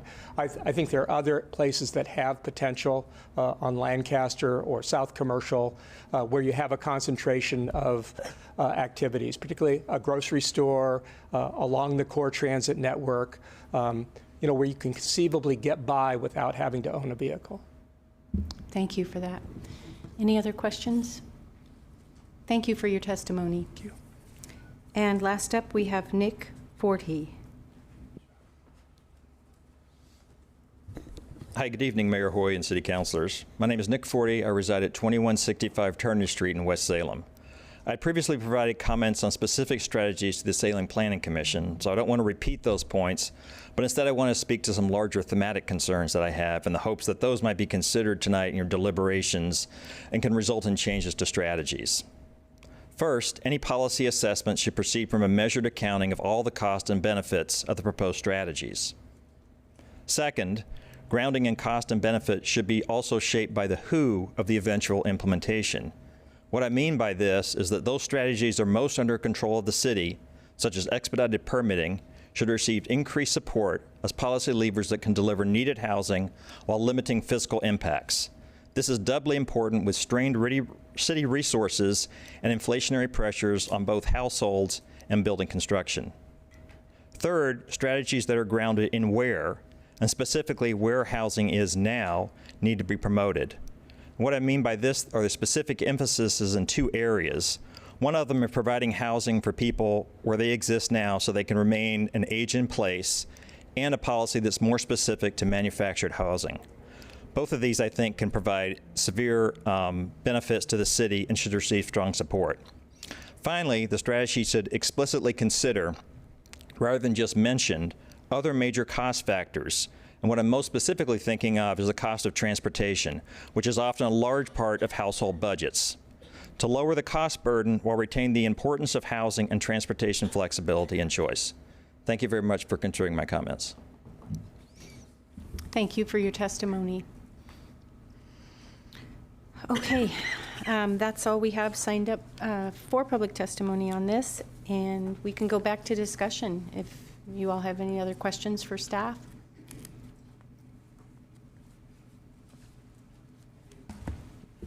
Councillor Brown? Come on down. I was going to wait. I was going to be polite and let them come back before I ask a question. Hello.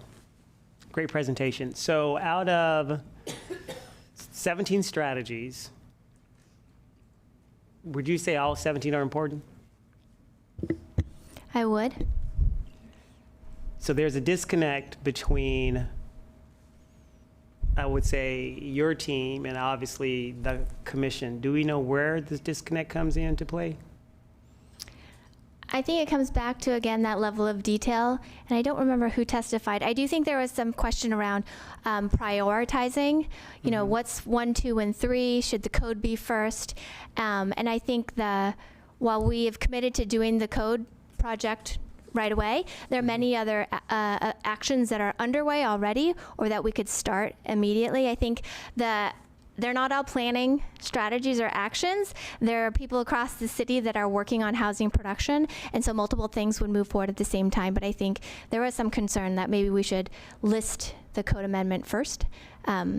What we've tried to do is just put an implementation table together that considers staff capacity, work plans, financial constraints, et cetera, that's doable. Got it. Follow up, Madam Mayor. It was mentioned earlier about middle housing, right? And we know that that's a term, well, I'm not going to go into the term, but it's fairly new for some folks. And so when I think of middle housing, I'm thinking of being able to reach people that traditionally cannot afford a place to live. When you think about people who need a place to live, are we going to take into consideration those folks right now that are on the verge of losing their home? A, and then B, when those folks who are on the verge of losing their home, and we have this production strategy that is helping people get into a home, I get lost with somewhere in between because we still have folks that are losing their home, but yet we have a strategy that gets people into their home. I'm confused because both of these numbers tend to be great, and I think we have a greater concern for folks right now who are about to lose their home. And so I just need some clarity on, are we leaning into that part of the discovery process also when it comes to all these 17 strategies? Is that taken into consideration? Yeah, some of the strategies are looking at preservation of housing. The state rules do require us to look at housing stability, anti-displacement strategies.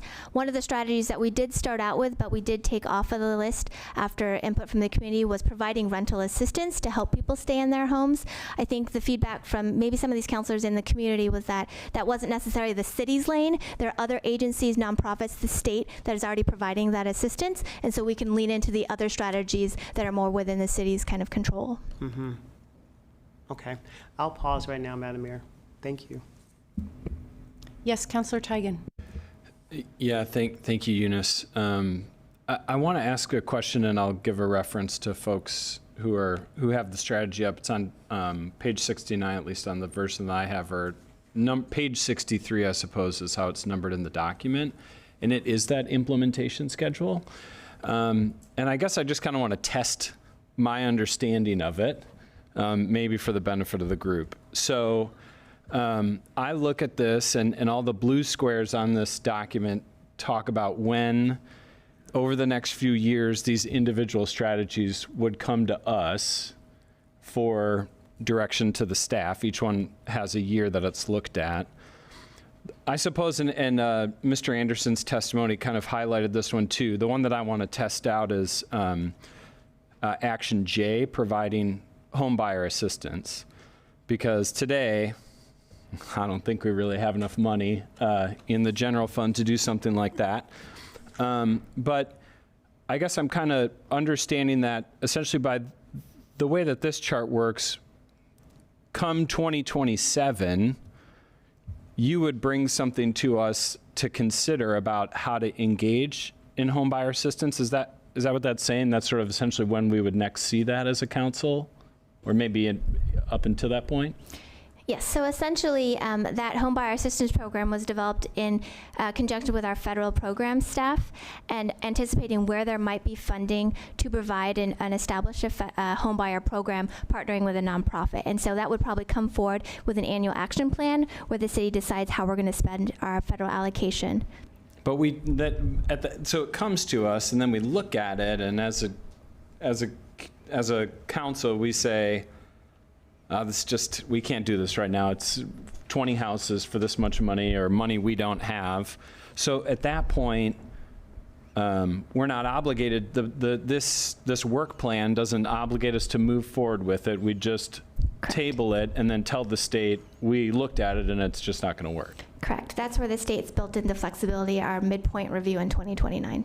Okay, so the plan doesn't obligate us to necessarily implement each one of these if we decide it's not right. I guess that's an important point, and I guess this page really helps me understand this as a work plan and the level of detail to expect from a work plan, as opposed to, I'm sure I wish I knew how many houses each one of these lines was going to give us, but that's not the detail it's in. Councillor Matthews? So that I can clarify on that. So if we opt not to do one, we can just fully remove it from the plan, or we have to actually replace it with something else? We have to propose replacing it with something, and it could be so we would replace it with something that would meet a similar need. So a home buyer assistance program is looking at affordable home ownership. So we could go back to the state and say, you know what, instead we're going to really lean into this community land trust. We're going to use our city land to support one as an example, or some other idea. Yes. Go ahead. One of my concerns with this proposal is that we have 17 strategies on here, right? And so knowing that we are now harbored into 17 strategies of some version, right? It seems to me that there would be a benefit in what are the least amount of strategies that we have to propose that would meet this need, in an effort to, I assume we can always add strategies later on if it was determined that that was an important factor that we needed to be looking at, but not saddling ourselves into 17 strategies being a requirement.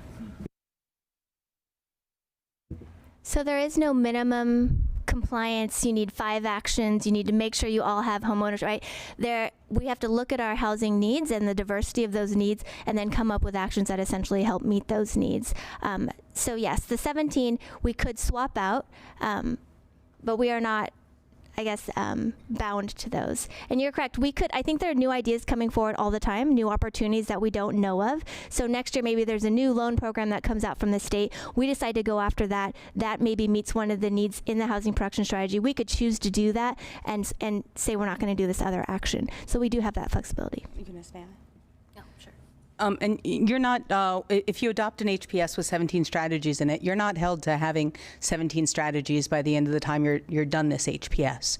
You're held to having strategies that address the particular housing needs. So what Eunice said with the homebuyer assistance, if that's something that you decide, we don't have the federal funding for it, or we need to do something else with our federal funding, and you decide to lean more into land trusts, then you make the point to DLCD that you are addressing the unmet need for affordable home ownership through this land trusts action and perhaps other things that the city is doing. So it's not that you have 17 actions and you have to do 17 actions.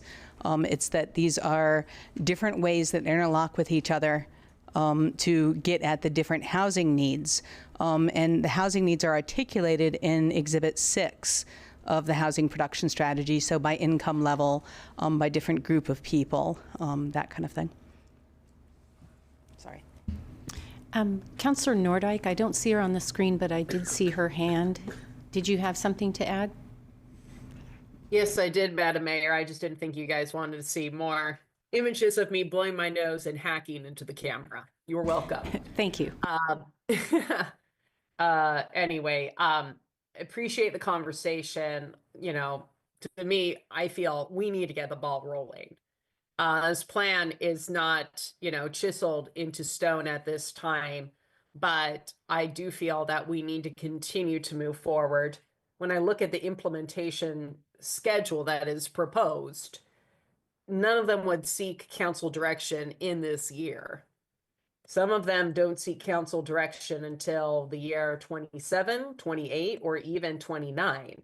The only proposed strategy that does not seek council direction is to improve the permitting process, which is an appropriate usage of staff time and expertise. And I don't think anyone is opposed to improving our permitting process.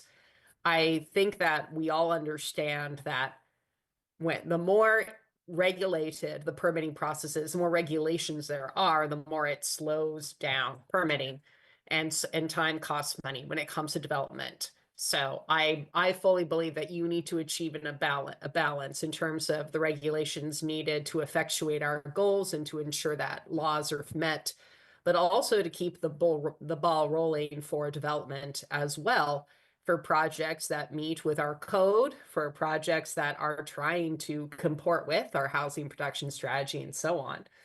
So, and I understand what staff is saying. 17 is not a magic number.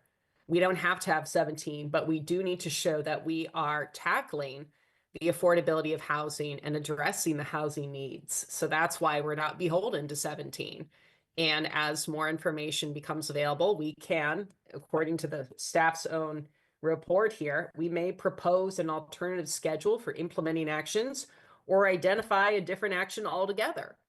So I see that this report has enough flexibility to continue moving forward. And I also am of the opinion that anything that requires official council action means it has to come back here. Well, you know, wherever we are, whether it's this year or next year, it has to come back to council, which means more opportunities for public input and hopefully more information as the economic development continues to unfold in a very uncertain economy. We have a very uncertain economic backdrop right now. I'm very mindful of the state's economic forecast and what predictions our state economists are doing their best to make in these very uncertain times. So I'm confident there will be more opportunities for Plan Commission, and more esteemed communities of members of the community, our 350 Salem folks and other groups who have a particular interest in this arena, for them to weigh in. But I still feel we need to keep the ball rolling at this point. Thank you. Councillor Nishioka. Thank you very much. So first off, to the staff and our consultant, thank you for all the excellent work. This is, I mean, I can't even imagine trying to even get this ready. With the testimony that we have received tonight, both written and in person, my question is more, do you feel that there's anything that you think you should take a bit more time on to readjust, or are you comfortable with the testimonies and the comments that have been made that this 17 strategies that were given still fit within being able to adjust what may be needed and what some of them are asking for? In particular, the walkable neighborhood. It sounds like it's kind of in there, but not a specific point. And I'm just curious if you feel that anything should be added before we approve it, or you're comfortable with bringing something forward that fits within those needs. I can't speak for all staff, but I feel comfortable with the strategy list that is there. For example, on the walkable mixed-use neighborhoods, we have worked a lot with Bob Cartwright and others. And I think, for example, he spoke about SDC changes and focusing them along inner core walkable mixed-use areas, and we can do that and look at that as part of this project to update the methodology for SDCs. I anticipate there's probably going to be a committee of sorts formed to do that work. So I think each of the strategies have opportunities for input to tailor as needed, and I think that the strategy is really set up that way. So when it comes to the development community and looking at the code, right, I anticipate, again, having a committee where we work with the development community and others to really understand what are those barriers. So I think those details can all be worked on in implementation. One follow-up. Thank you very much, Eunice. I think based on that, my feeling is that Planning Commission or some people, even I might say, I want more, I want some more definition, definition of what it is. But at the same time, what we're provided is something where you have so much flexibility that it should work. And so I think that that's where we're sort of at this sort of impasse. Some feel like, oh, you need to have it defined, whereas this is actually an opportunity so it can be defined in the future. So I feel comfortable voting in favor for this, knowing that that's exactly what you'll be doing. So thank you. It's more of a comment. Councillor Brown? Thanks, Madam Mayor. So Eunice, earlier, our contractor, I apologize, I can't recall your name. Please forgive me. Beth. Beth, that's it. Thank you. So Beth, you had mentioned earlier about funding sources, and you had mentioned HUD, if I'm not mistaken. Was that correct? I mentioned federal funding, but we know there's uncertainty there. So. Right. And so with the uncertainty there, is that typically where we get funds from when it comes to home buyer assistance? That's where we envision it currently. And so, yes, if federal funding were to go away, we would need to look at that, a different strategy likely. Okay, so tell me if I'm wrong about this. Mm-hmm. So that funding, there's a lot of uncertainty there. And I think we could all agree that we don't know what's going to happen next. And if I were a part of, you helped me get a home, okay? And I need help, but that funding is unstable, who's going to help me? Well, that funding would be for home buyer assistance. Okay. And so if there's no funding from that source and there's no funding from the state, then you'd have to look at a whole different approach to what is it that the City of Salem, so the City Council essentially, is willing and able to do to support low-income people getting into home ownership, which is particularly difficult. We do have some funding sources like our affordable housing bond that's available to us. So for example, we could use city land as a resource to promote affordable home ownership if federal funding went away and a home buyer assistance program was no longer a reality. What do you mean use city land? What do you mean? So for example, if, the city had purchased land or had surplus land where we wanted to make that available for home ownership, for development, we could partner with a nonprofit, for example, or with the Salem Housing Authority on a development where that property could be used, right, at a lower cost for to make that to make those homes more affordable.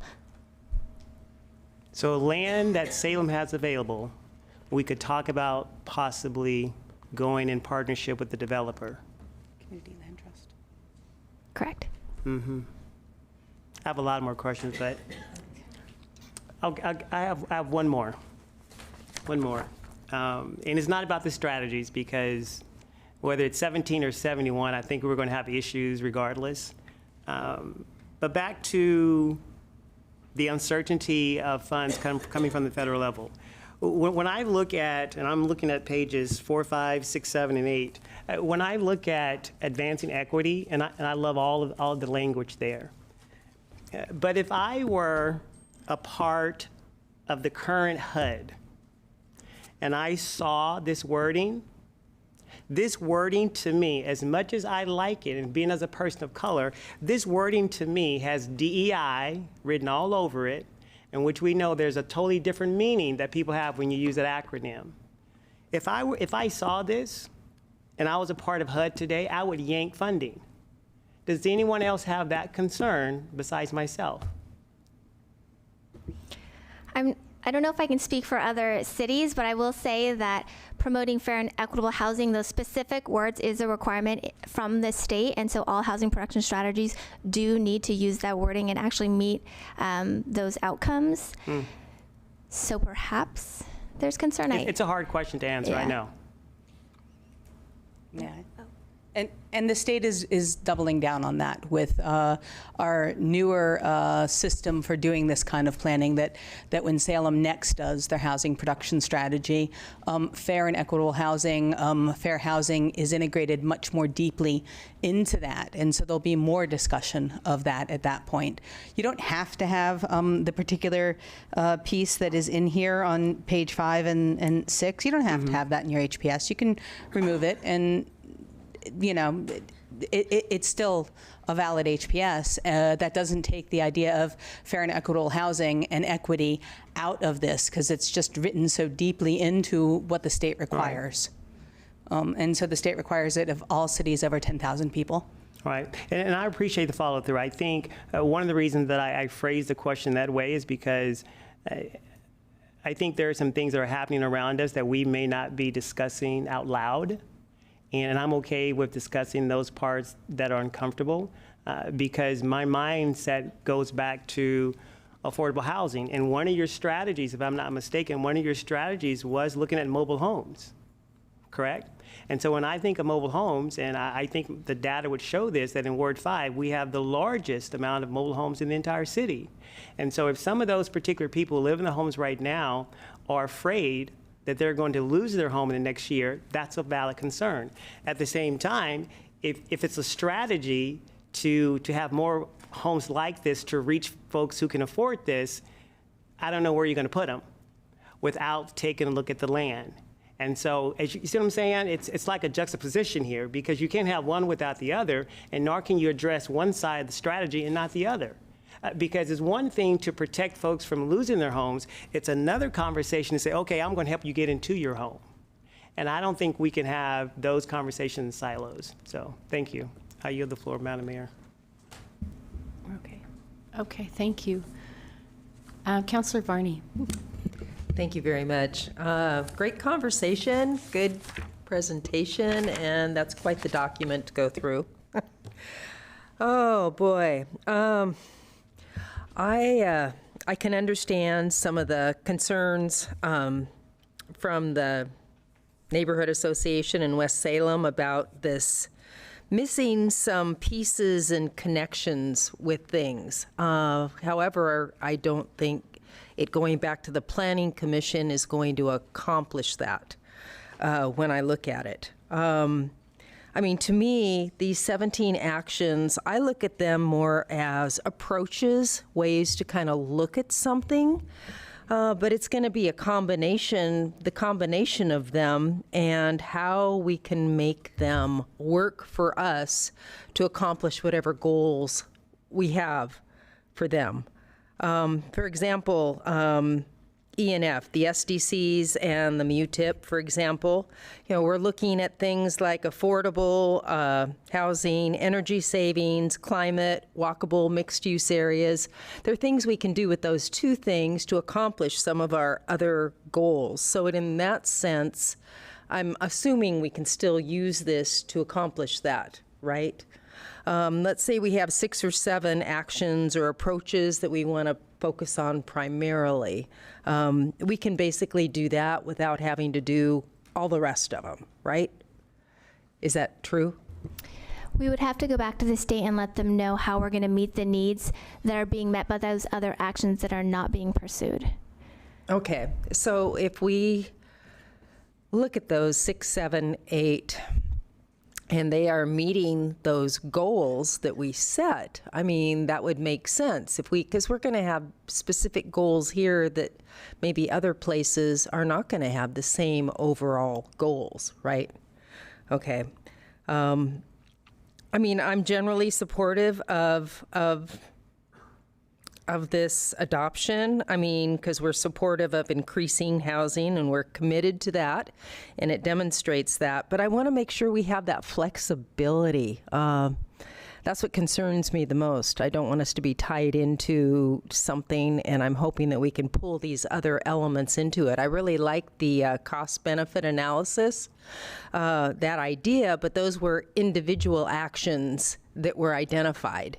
And so what we're looking at here is more of these connections to actually accomplish things, because one can't do it without the other. But overarching, when we're looking at the whole umbrella of, as I said, the transportation, the climate, equitable, I mean, I think it's workable based on what I've heard and what I've read. But I'm a little skeptical. Anyway, just saying that. Councillor Matthews?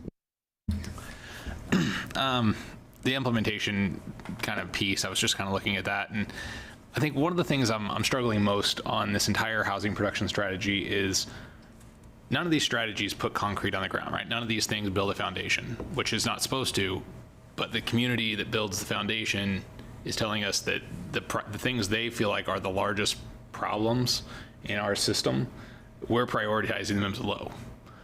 Well, they're the only ones that are going to build those foundations. They're the only ones that are going to build this housing. And so it seems to me like the report somewhat discounts what the developers and what the housing community is actually saying.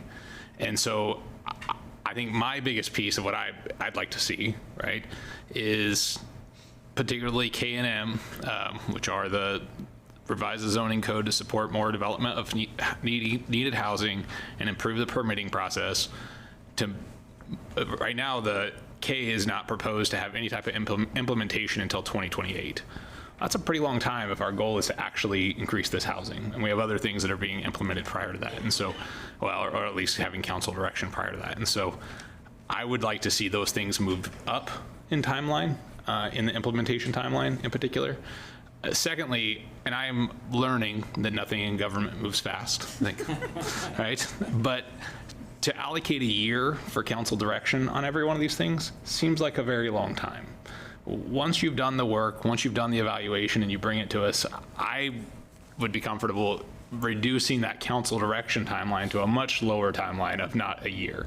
I don't know that this body, whether I'm here or not during that time, needs a year on all these things to be able to make decisions.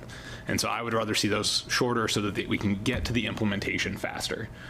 Because I don't remember who it was mentioned earlier, but some of these things don't even get implemented until 2030. And so those would be my two big criticisms of it is I'd like to see K&M moved up in priority and council direction time reduced. And as a last one, I would say on M, right now there's no council direction on that that's needed, and I think that's valuable.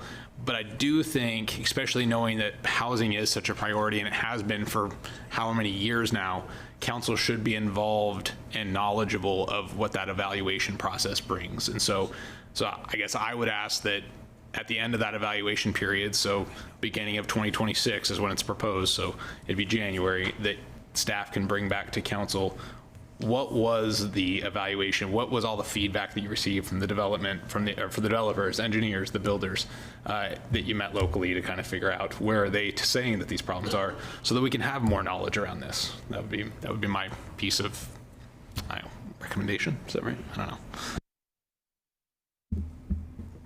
So if you look at K, it's evaluate in 2025 and 2026. That's really to give you the time to have those public discussions that you need to have. I would assume that staff would be going, that's partially talking to the Planning Commission, the City Council, and involving them in that process. And whether you take action at the beginning or the end of 2027, that's of course up to the city. According to the schedule here, to be on schedule, you have to have taken action by December 31st, 2027.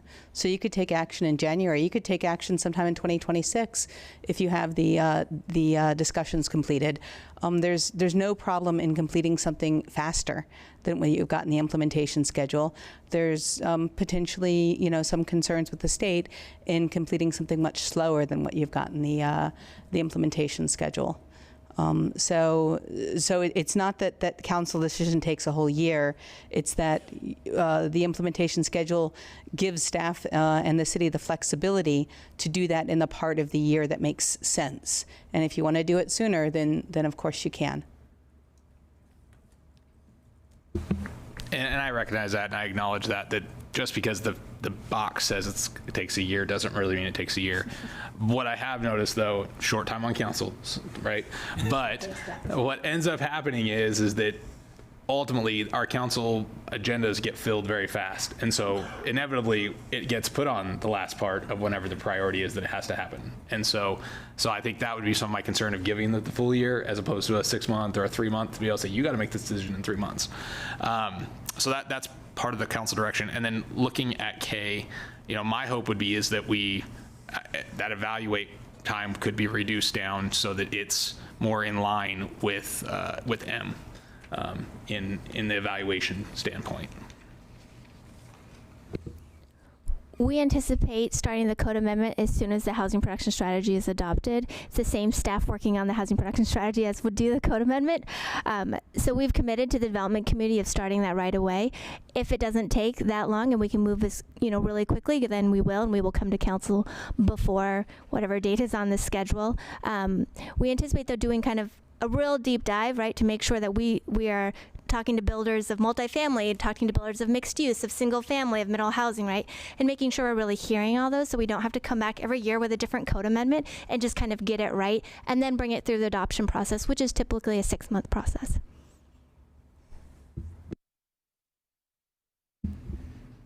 Anyone else?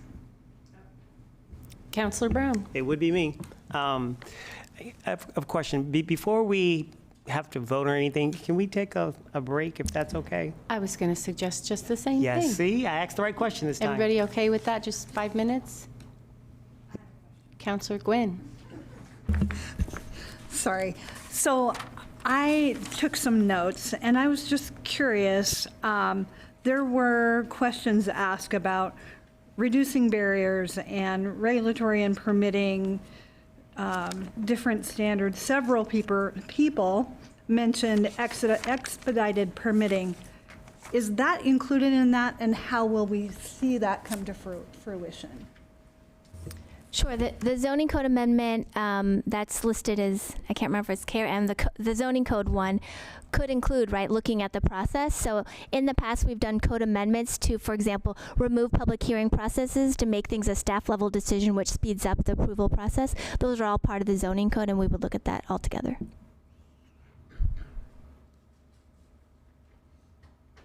I guess I would just feel more comfortable if some of that is included or adopted, because I understand why. I went back and watched the Planning Commission meeting, and some of the concerns that we've heard from the public here just makes me pause. So.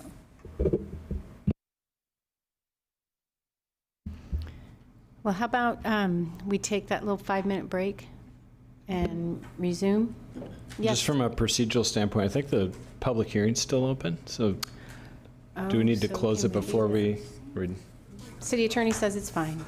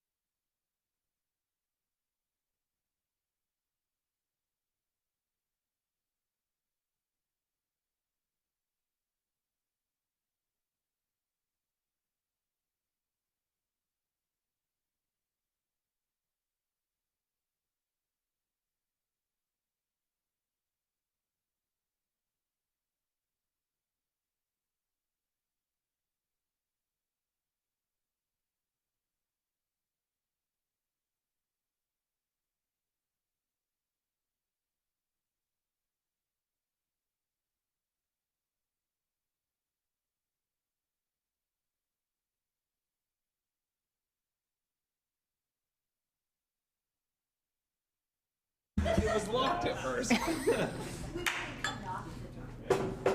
Okay, we are back to the public hearing.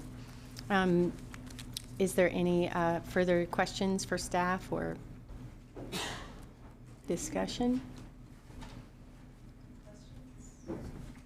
Yes, Councillor Barney. Well, are we going to continue talking about this? We're still in just questions for staff, right? Sorry, if we're done with discussion, we'll move on to the motion. Okay, then I have something else to say. Okay. Okay, I just wasn't sure it was the appropriate time. Okay, thank you. Okay, being the scientist person I am here, with milestones, and you evaluate your progress and you assess how well you're doing with things. I would feel much better with this if we had some sort of a plan or an idea in place, similar to what we did with the Climate Action Plan. I mean, we had our 183 or 6 strategies, and there's a committee which has determined which ones we're going to work on. And then we look at the progress and we assess how they're doing. And we pick out the top ones that we want to do, and then we have an annual report. Not that we need to go into that same sort of detail, but that's the sort of thing that I would like to see with this, with the actions. Some sort of a committee, first of all, and then picking a few of them, but having that report come back in terms of our progress and how things are working. Is it meeting some of those goals that we've set in the areas of housing where we have gaps? Are we addressing those? I mean, I think we could be creative and come up with something. But I'm supportive of this, but I really want us to monitor it. I don't want this to just go sit on the shelf for the most part, okay? That's it. Thanks. Thank you, Councillor Barney. Yes, Eunice? I appreciate the comment. We do have annual monitoring built into the housing production strategy and can certainly bring that back here to the council or to a new committee that's formed. Thank you, Eunice. If there's nothing further, I'll go ahead and close the public hearing. And Councillor Nishioka, do you have the motion? Yes. I move to adopt the facts and findings of this staff report and adopt Resolution 2025-11 adopting the Salem Housing Production Strategies. Second. Motion and a second by Councillor Teigen. Councillor, to your motion? I think we've been to the motion. I'm not sure I have anything to add. Thank you. Any discussion? Yes, Councillor Teigen. Thank you, Madam Mayor. Really appreciate everyone's comments and the city staff's and our contractors' work getting the housing production strategy to this point. I intend to support the adoption of the housing production strategy, recognizing what it is for what it is, which is essentially a very high-level work plan for our organization over the next few years to continue the work that we have already been doing for a number of years in order to increase the amount of housing that's available in the city. I think we could, to one of the commenters' questions about a plan, do, act, check, that loop, we could also just plan. And we could just continue to plan and revise this plan and plan to plan for a long time. But I think the kinds of comments that we heard from the public are the sorts of things that we would be considering very directly as we move forward through each one of these 17 strategies, or expanding the UGB or doing a UGB swap, or some of the other things that weren't even adopted as one of the 17. There's a lot of flexibility in this document. What I really don't want to see is our staff go back and continue to work on this document rather than working on the things that we want them to do, which is create the situation in which we increase the amount of housing in our city. The more time we spend perfecting this document, the less time they're working on that. I'll be voting to approve it so we just keep moving forward. Thank you. Thank you, Councillor Teigen. Yes, Councillor Matthews. So for all the reasons I kind of talked about earlier in some of the council directions and how I'd like them to be shorter, but also in trying to respect the housing community and what they're prioritizing is where they see the biggest gaps. I want to propose an amended motion, which I wrote on the fly here, so bear with me. I move to amend the motion to prioritize strategy K for completion of evaluation timeline by end of 2025 and reducing council direction timeline to 6 months. In addition, I move to add a report to council on all stakeholders' feedback for strategy M. And I'll second. To your motion? so the intention there, I apologize you guys don't have it in writing right in front of you. So the intention here is to, on revising the zoning code to support more development and needed housing, prioritizing that to a higher level and reducing the actual evaluation time to be more in line with improving the permitting process, so that it basically prioritizes that to, by the end of the year, having the council direction coming back to us so that we have some sort of actual ability to move on this faster. If the housing community is saying that that is their biggest barrier, whether it be perception or reality, these are things that have to be vetted out in order for actual housing to be created, because they're the only ones that are going to create it. And so to me, prioritizing those as a higher priority is important. And then again, to my reason before, I don't feel like we need a year to be able to figure that out. I think 6 months we can figure out whether we can approve or not, whatever it is that comes back from that evaluation. Second to that, on the second part of the motion, and again, I apologize it's so long, with the strategy M and basically having a staff report come back, I think it's important that we as a council continue to be knowledgeable, and this is kind of to Councilor Varney's point of not just letting it be set on a shelf, but being knowledgeable about what that building and what that development community is saying. And so for that reason, I think that their direct feedback should be reported back to council so that we know exactly what that development community is actually saying. Yes, Councilor Brown. Thanks, Madam Mayor. Question to the motion. Does that make sense? Yeah, question to the motion. So permitting, I think we heard earlier that was a barrier, correct? And you also said, Councilor Matthews, it was K and M, correct? Yeah. For 1 year only?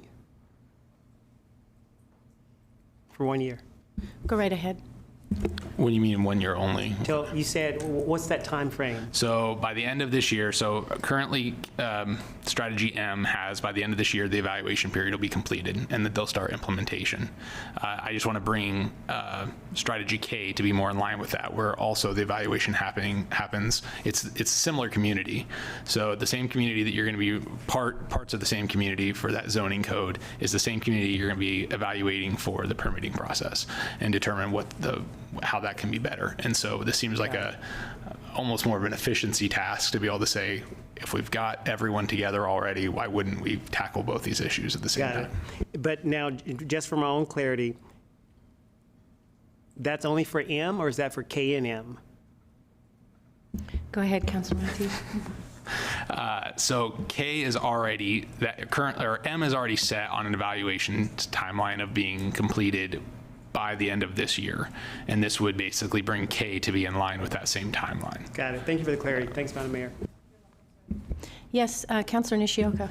Thank you. I think that while I appreciate the amended motion, I question whether or not we really need it, in the sense that I think the staff fully understand what your goals are, and I think that they know that, and I feel that the original motion has that flexibility already built into it. So I'm just not sure that we need to sort of enforce a timeline if they're already in plans of doing some of what you're asking. I think really it feels like what you're wanting is guarantee that it's going to be a fast process instead of a slow process. Councilor Matthews. I mean, in truth, yeah, that is part of it. I do want expedition on making whatever the highest priority of getting the greatest amount of housing impact is going to happen. I want that to be expeditious and making that happen as fast as possible. And so this current timeline doesn't necessarily do that. And I agree. I think staff have a clear understanding of what my goals are, but my goals are just my goals, right? The objective is to set the council's goals, and that's what this strategy does. And so that's why I think it's important to redefine as a council that that's not just my goal, but that that's a council strategy to be able to expedite this this process. Councillor Gwynn. I was just going to say that I think it was Mr. Easterly that said that council should identify our priorities, and I think by agreeing to that motion, we're doing exactly that. Councillor Barney. Thank you. I understand the direction the motion wants to go, but I also feel that it's tying our hands more. I guess the reason I say that is when I look at the time it takes to revise code, doing code amendments. I mean, how long did it take us to do the tree code? How long did it take us to do stormwater, et cetera? Yeah, we can make it a priority. However, in my opinion, it's one of the most time-consuming things depending on the scope, how deep you're going to get into it. And I'm not sure that directing us to just focus all our attention or energy on that and permitting, because that's kind of what that sounds like to me, I'm not sure that's the best use to go for me. Councillor Brown. Thanks, Madam Mayor. So I guess my question is, when it comes back to zoning, permitting, how long does it take? Like, is that for staff, maybe? Like, I don't know how. Like, Ms. Anderson-Ogilvie. How long does this permitting process take? Hi, Lisa Anderson-Ogilvie, planning administrator. Thank you. You mean generally how long does it take someone to go through like a land use application? Right. Yeah. So it kind of depends on the scope of the project, but generally like a subdivision to go through land use would be a 4 to 6 month process. And that depends on how complete the application is when it comes into staff, how many rounds of materials we need to ask or revisions, and then it would depend on if it's appealed or not. But generally from the time it's completed, it goes out to notice, we write the decision. That's about a 2-month process, but there can be kind of wiggle room. That's not the whole permitting process, because once you get your land use, you need lots of permits to go out and build the things, right? If you need to build a street, you need to build your stormwater, you need to grade the site. That's a lot of different permits. They're not all city permits. They have to be coordinated together. And then eventually you need building permits, right, for the actual building. So a lot of that is on the applicant's kind of time frame. So the land use could be good for 4 to 10 years. So it's kind of, when do they get their financing? When do they come in for those permits? I don't know if I know the average time for public construction permits right now, but that's what we're working on a dashboard so that people will be able to see our average time for all of those permits. We hope to have that ready this summer. So that people can actually see what are our goals, and then how often are we meeting them, and how much of that time is with the city and how much of that time is with the applicant or the applicant's team, where we're waiting for revisions. So we want to have that information more readily available, more transparent. That's part of the permitting improvements that we've been working on over the last year. Wow, okay, thank you. Eunice? Am I allowed to add something? Okay. In terms of the timeline for doing a code amendment, I think typically we probably at least a year to do full engagement, drafting the actual code, and then bring it through the adoption process. We could certainly come back at, I think you said the end of this year, and at least report back all the things that we've heard from the development community and the changes they want, and ask for input there before we start drafting the code and the strike through and underline. And then if we're clear on that by the end of the year, then perhaps we could move into the drafting, writing the staff report, the findings, and all the things that go into an adoption process. A follow-up, Madam Mayor? Yes. Eunice, does your timeline impact the motion that he just mentioned? Is it around about the same time? Or I think he said evaluation by the end of the year. So if the report back is just that, what we've heard from the development community to that point and the changes they're looking for, we could do that. I think the drafting of the ordinance and the findings and all the things that go into an adoption process was going to take longer. Okay, and thank you, I appreciate that. I'm just trying to tease out, so thank you. Thank you. Councilor Matthews. I think that makes total. Oh, Eunice is gone, but oh, she's there. I think that makes sense to be able to kind of, you know, I don't know how to amend this motion at this point, an amended motion already, but to be able to prioritize that, where at the end of this year we're getting the feedback, so that evaluation part's been. I admit, being able to do the whole process of going through and rewriting a code or doing those pieces and actually have it finished by that point, that was probably a little bit overzealous. But to be able to at least have the evaluation piece done, or that's the goal, done by the end of the year, I think that seems reasonable when it comes to this, to the motion. I did want to ask, so we were talking kind of about land use timelines. What is the average time? If I buy a property today, when am I actually on average breaking ground? For like a single family house, you mean, or no? Like a subdivision. I mean, our goal is housing production, so a single family house is not going to get me a lot of production. I think I'm going to call Robin Dahlke, who could help answer that question. Robin Dahlke, Development Services Division Manager. There's a lot of factors, as you can imagine, that go into that, but we have an example of a subdivision, large, multi-hundreds of lots that came in for land use back in November, and were nearly complete with the first round of public construction permit approval, and it's May. So that's an example of a subdivision process where we could have online 200 lots by the summer.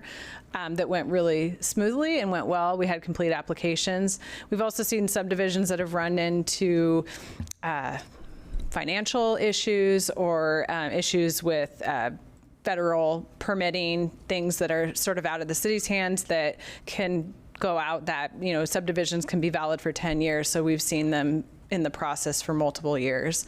But I'd say on average, so a developer buying land, going through pre-application, going through land use, and then breaking ground could be done in a year's time. Councilor Matthews.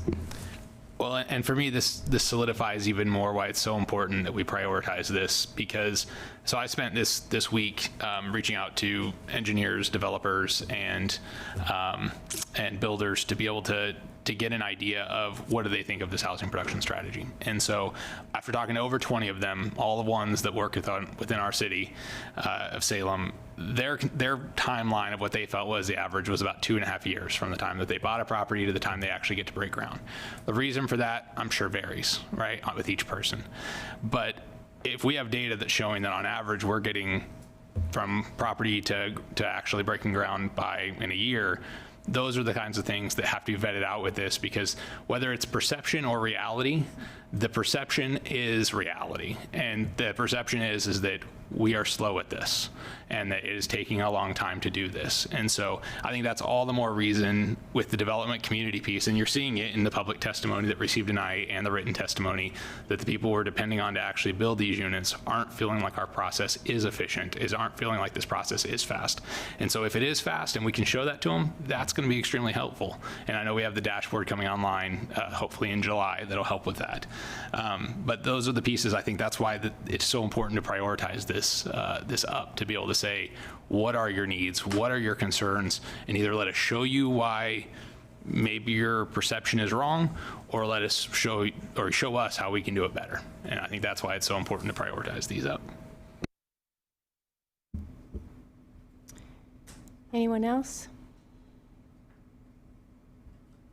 So we are going to vote on the amendment first. Okay. Oh, wait, did I? Yes, Councilor Matthews. Do I need to amend the amendment to reduce the council direction? Do I need to rescind this amendment and do a different amendment? What is the process here? Once a motion's been seconded, it belongs to the body, not to the individual makers. So if you want to suggest an amendment, we can proceed with that by consensus and then vote on that amendment. So why don't you go ahead? All right, so I suppose the part of the amendment that I guess, and this is to Eunice's suggestion, was to amend that down where the council direction was no longer, and this is the way I defined it, but the council direction was no longer 3 months, or 6 months, but instead kind of went back to the year, so that gives them the time to still do the evaluation and then come back to us with kind of their feedback from that, I guess. Or that would Eunice, would that kind of solve your? She's nodding. Yeah. So that's, I think, kind of would be my suggestion on amending this amendment. Councilor Nishioka? So procedural, should we remove by consensus, remove the first amended motion and basically make a second one? Right, so Councilor Matthews has suggested a change to the amendment. If there's no objection, we can just proceed to vote on that as the amendment. Councilor Tigan? I guess I would just like clarity on, this is the one single amendment we would be making to the housing production strategy before voting for its approval. Is Councilor, to put it another way, is Councilor Matthews' motion asking us to vote to approve the housing production strategy with his one amendment? Or is it just purely the amendment? So he's making an amendment to the main motion. So if council adopts that amendment, there can be additional motions for additional amendments, or you can go to the main motion as amended and vote on that. Thank you.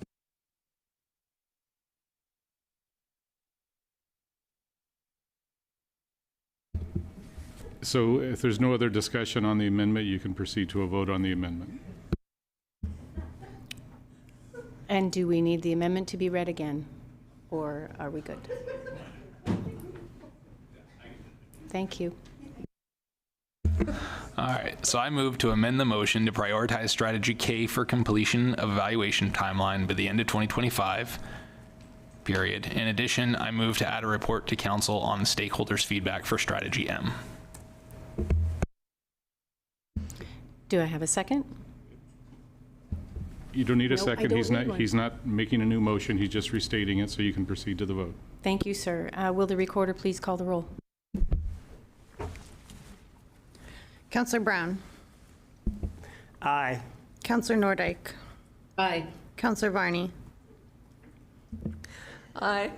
Councillor Tigan. No. Councillor Nishioka. Nay.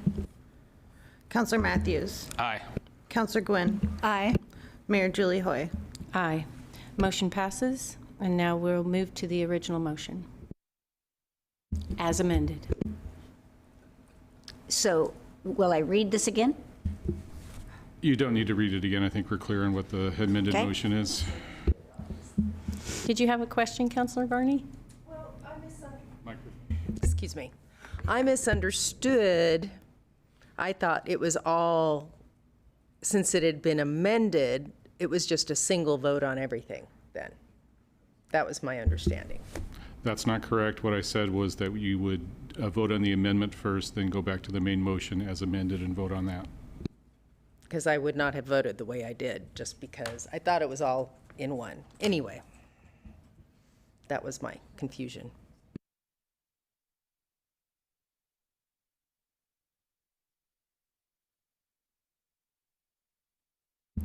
Okay, then we will vote on the original motion. Will the recorder please call the roll? Councillor Nordyke. Aye. Councillor Varney. Aye. Councillor Tigan. Aye. Councillor Nishioka. Aye. Councillor Matthews. Aye. Councillor Gwynn. Aye. Councillor Brown. Aye. Mayor Julie Hoy. Aye. Motion passes. Whew.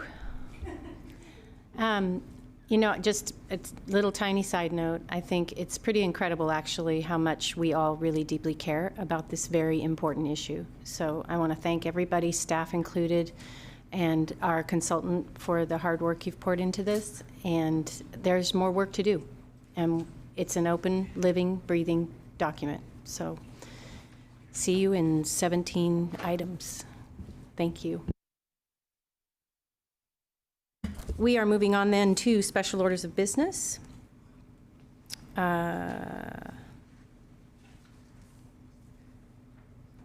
Yes. Item 5A, the proposed FY26 fee schedule. Josh Eggleston. Thank you, Madam Mayor. Josh Eggleston, Chief Financial Officer. Just going to get the screen shared here.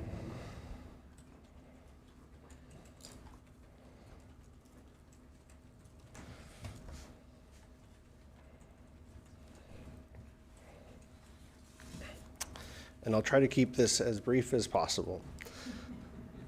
The fee schedule is updated annually and lists most city fees and charges which are adopted via resolution. If you remember back into 2017-18 when we started this process, we used to have multiple fee schedules as they came to City Council for adoption. We've consolidated those into one document, which is compiled by the Budget Office and working with those individual departments. And just noting that the proposed fiscal year 2026 fee schedule first appeared as a future item on the agenda for your meeting earlier this month. While some fees are not proposed to increase in fiscal year 2026, some are increasing by the following rates. These are the common escalators that are used in the document: the ENR, or the Engineering News Record, 1.98%, the Consumer Price Index, or CPI, of 2.5%, and then 4.19, which is a different consumer price index really for medical supplies.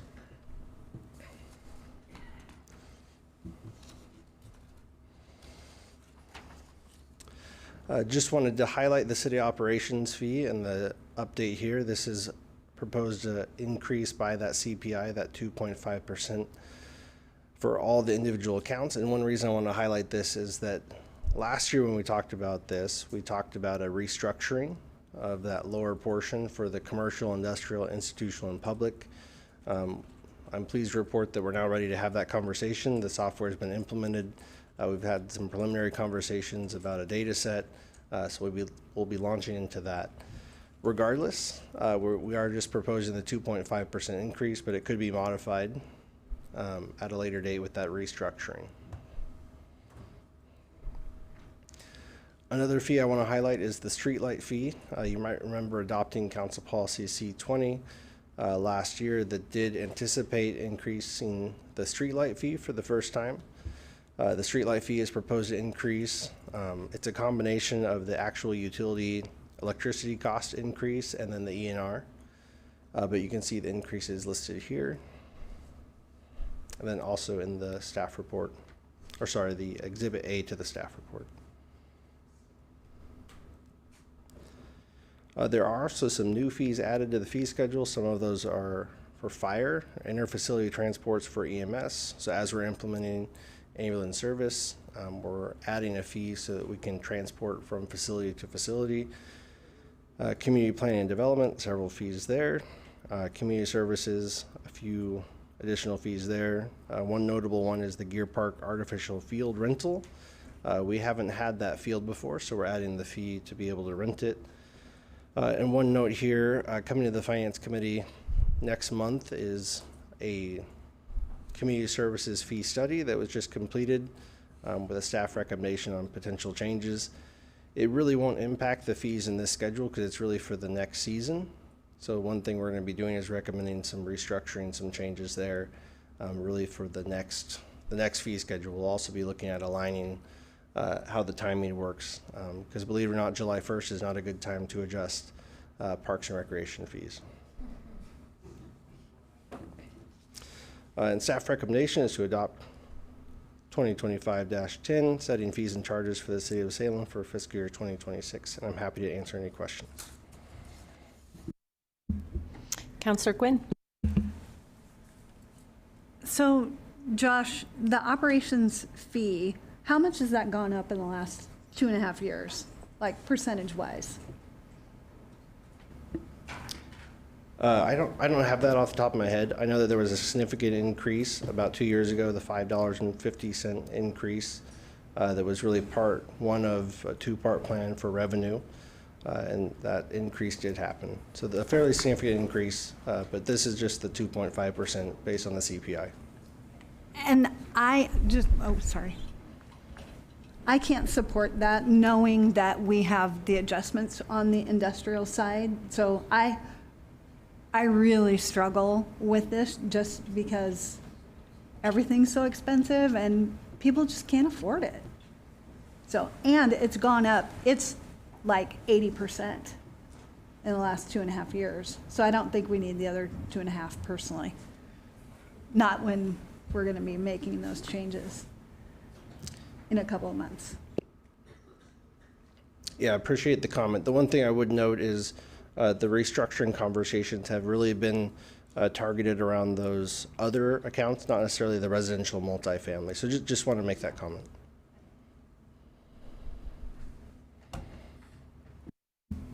Any other questions? Councillor Matthews.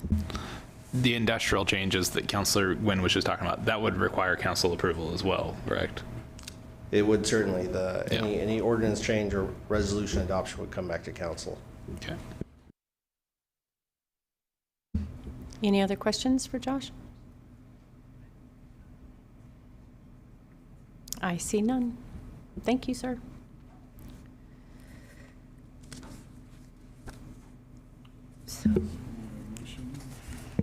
Councillor Nishioka, to your motion. Yes, thank you. Nodding my head saying I was ready. I move to adopt resolution number 2025-10, setting fees and charges for the City of Salem as set forth in Exhibit A to resolution number 2025-10. Second. Motion and a second by Tigan. And Councillor, to your motion? Yes, thank you. I appreciate, again, all the work. That was a long report to look through. But you highlighted the important things. I also appreciate Councillor Gwynn's concerns. I think that, may I ask a question to staff, or is that past time? Go ahead. Thank you. When we review the commercial accounts, would there be an opportunity to adjust residential at that time? Yeah, I appreciate the question. So the entire fee schedule, including the city operations fee, is within council's purview, so we could adopt or change any fee. Thank you. Councillor Brown. No, I have a question. So we can adjust that fee at any time? With a motion to direct staff to bring back a fee resolution, yes, you can.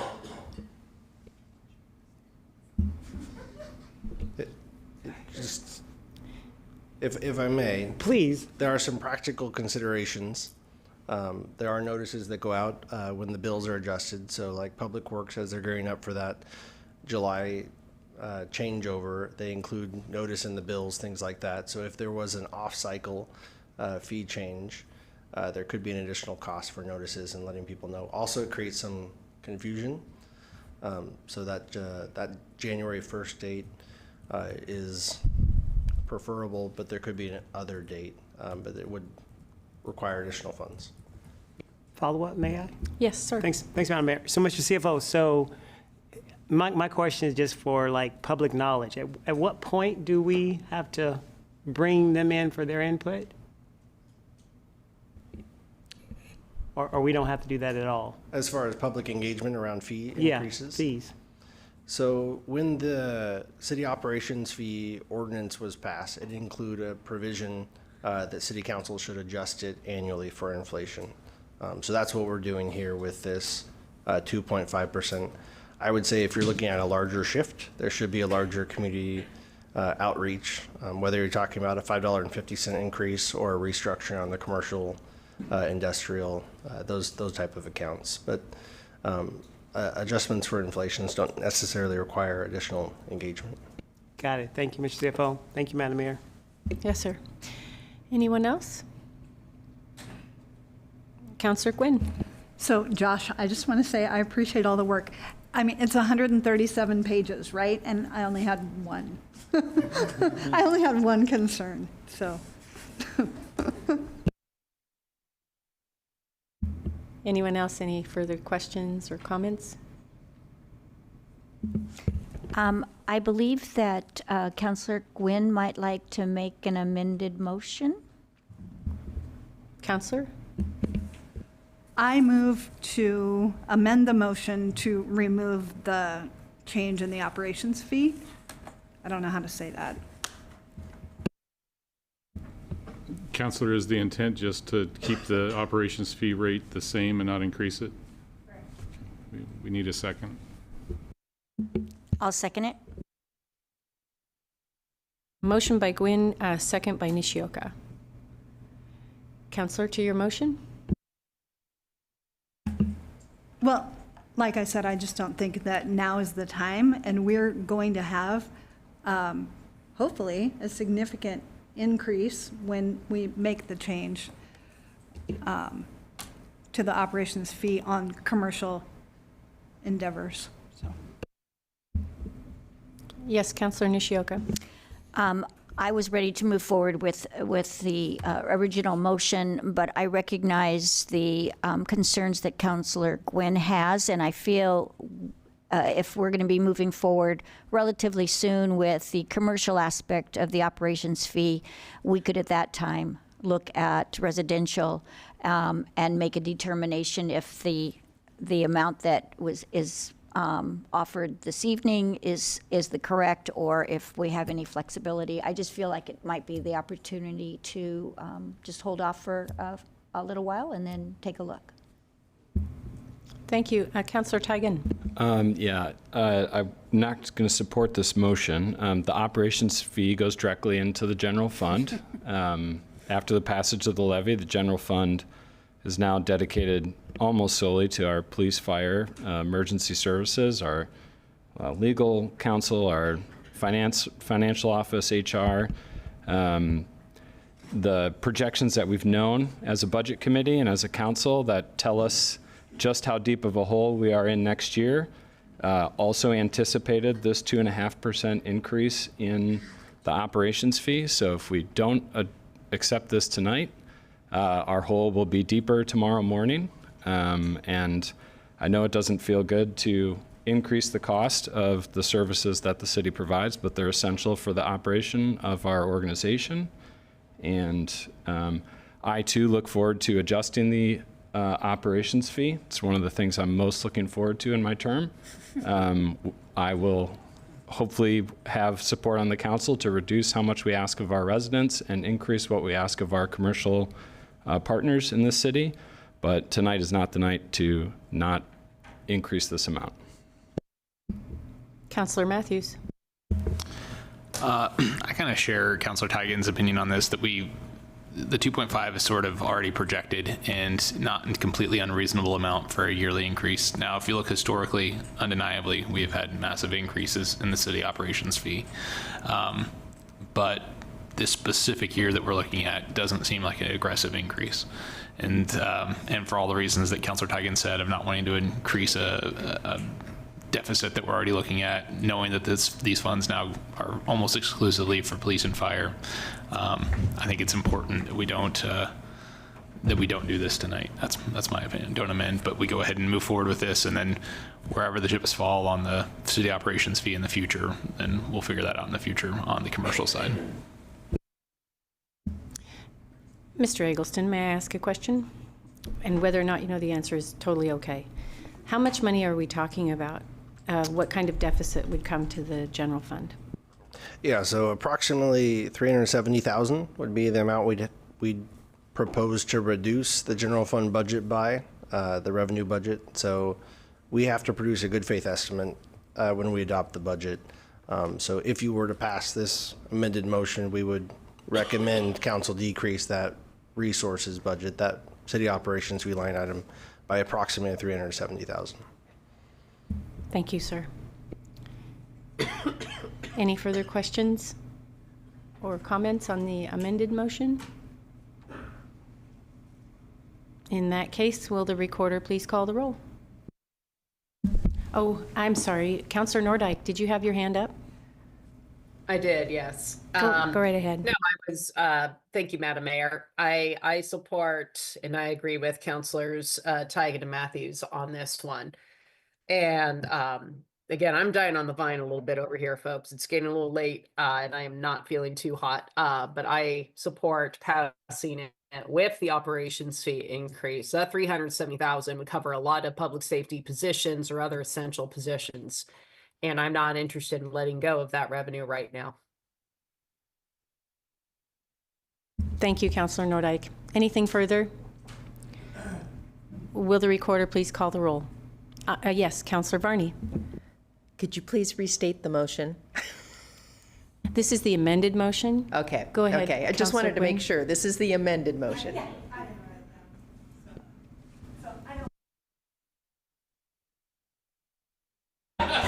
It matters.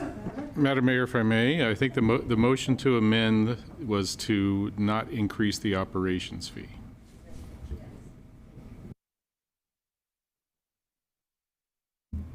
Okay, will the recorder please call the roll? Counselor Nordyke. You're muted. Councilor Nordyke, you were muted. My apologies. I meant to say nay. Counselor Varney. Nay. Counselor Teigen. Nay. Counselor Nishioka. Nay. Counselor Matthews. Nay. Counselor Gwynn. Aye. Counselor Brown. Mayor Julie Hoy. Nay. That motion fails. So we're Please- back to the original original. motion. Would you like me to read that again? Yes, please. I move to adopt, or it's already been seconded, adopt resolution number 2025-10, setting fees and charges for the City of Salem as set forth in the Exhibit A to resolution number 2025-10. Any discussion? Will the recorder please call the roll? Counselor Varney. Aye. Counselor Teigen. Aye. Counselor Nishioka. Aye. Counselor Matthews. Aye. Counselor Gwynn. Aye. Counselor Brown. Aye. Counselor Nordyke. Aye. Mayor Julie Hoy. Aye. Motion passes. Moving on. Mayor, if I may. Oh, yes, sir. Just a point of order, going back to item 4 on Councilor Varney's vote. There isn't anything in the council rules about, changing or correcting a vote, but Robert's rules does allow a councilor to correct their vote. I think in this instance, it was clear that it was just a mistake in interpretation. If none of the other members of council object, Councilor Varney can speak for herself, but she can ask to change her vote on the motion to amend on item 4A.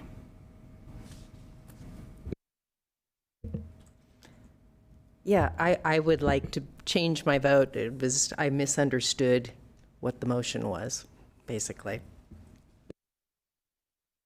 So be changing that to a no on the amendment. That is correct.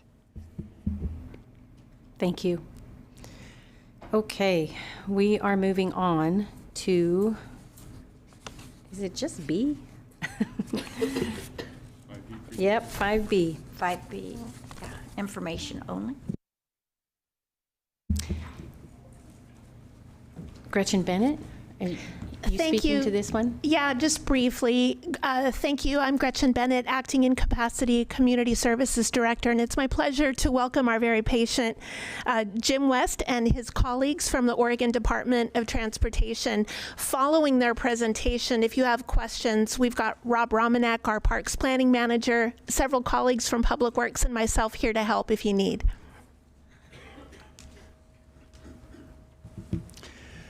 Good evening, Honorable Mayor and Council. It's a pleasure to be here tonight to talk about our Center Street Bridge project. My name is Jim West. I'm the Project Delivery Manager for ODOT Region 2 here in Salem, and with me tonight is Andrew Walker, who in a few moments will be making a presentation about the project. This is a very complex project that senior leadership at ODOT and members of the legislature have asked that we deliver this for construction next summer, and we're working very hard to make that happen. So I just wanted to say and express my appreciation for the leaders of the various departments here at the city and their staff for their tireless work in coordinating and working with us to help make that happen. So with that, I'd like to turn the time over to Andrew to give you an update on the project.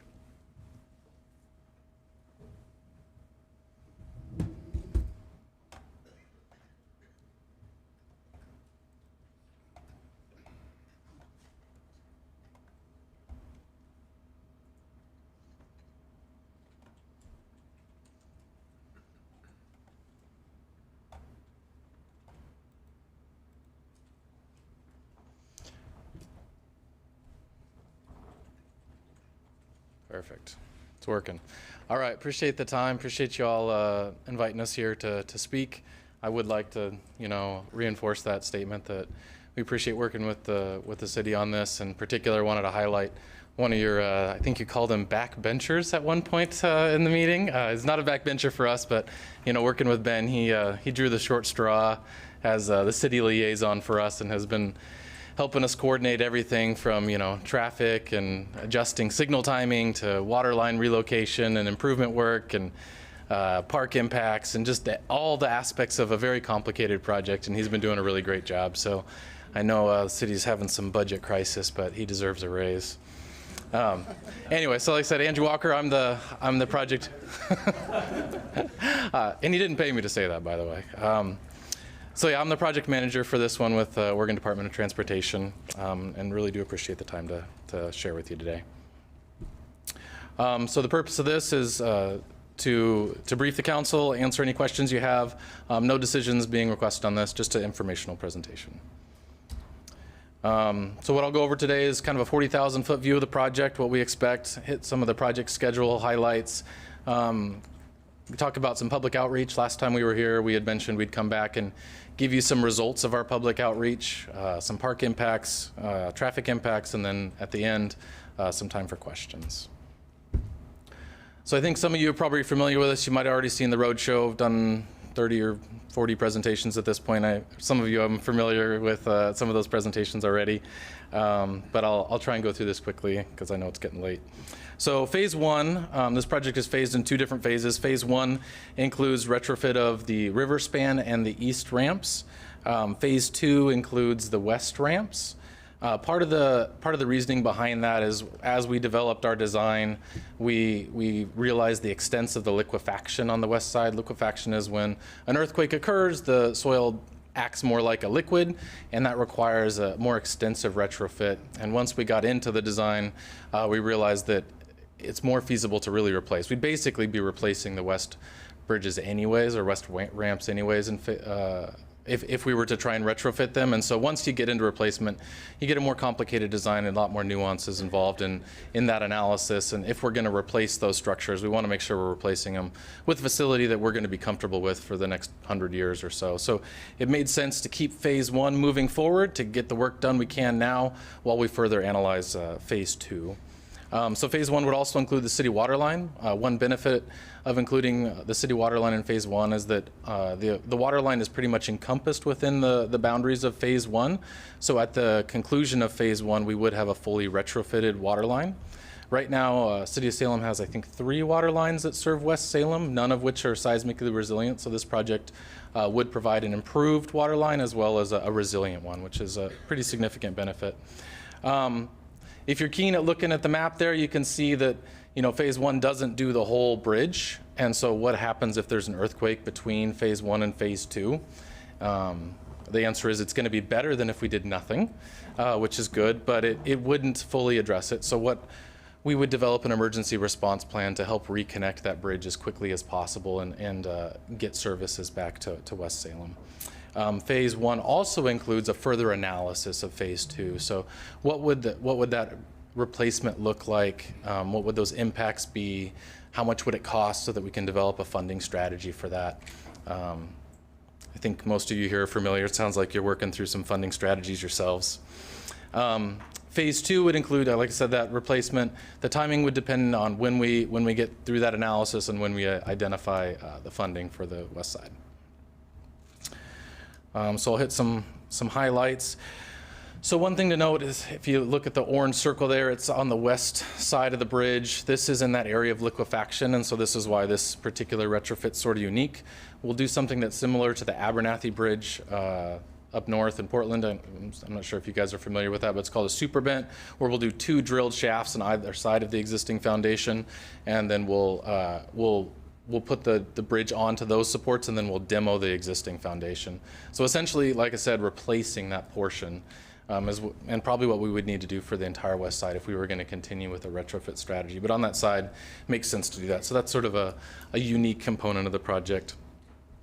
Inside the river, we would be strengthening the existing foundations and enlarging them. So right now, they're kind of a square foundation with driven piles, supported on driven piles. And what we would do is expand that foundation, add additional driven piles and anchors to make those foundations adequate.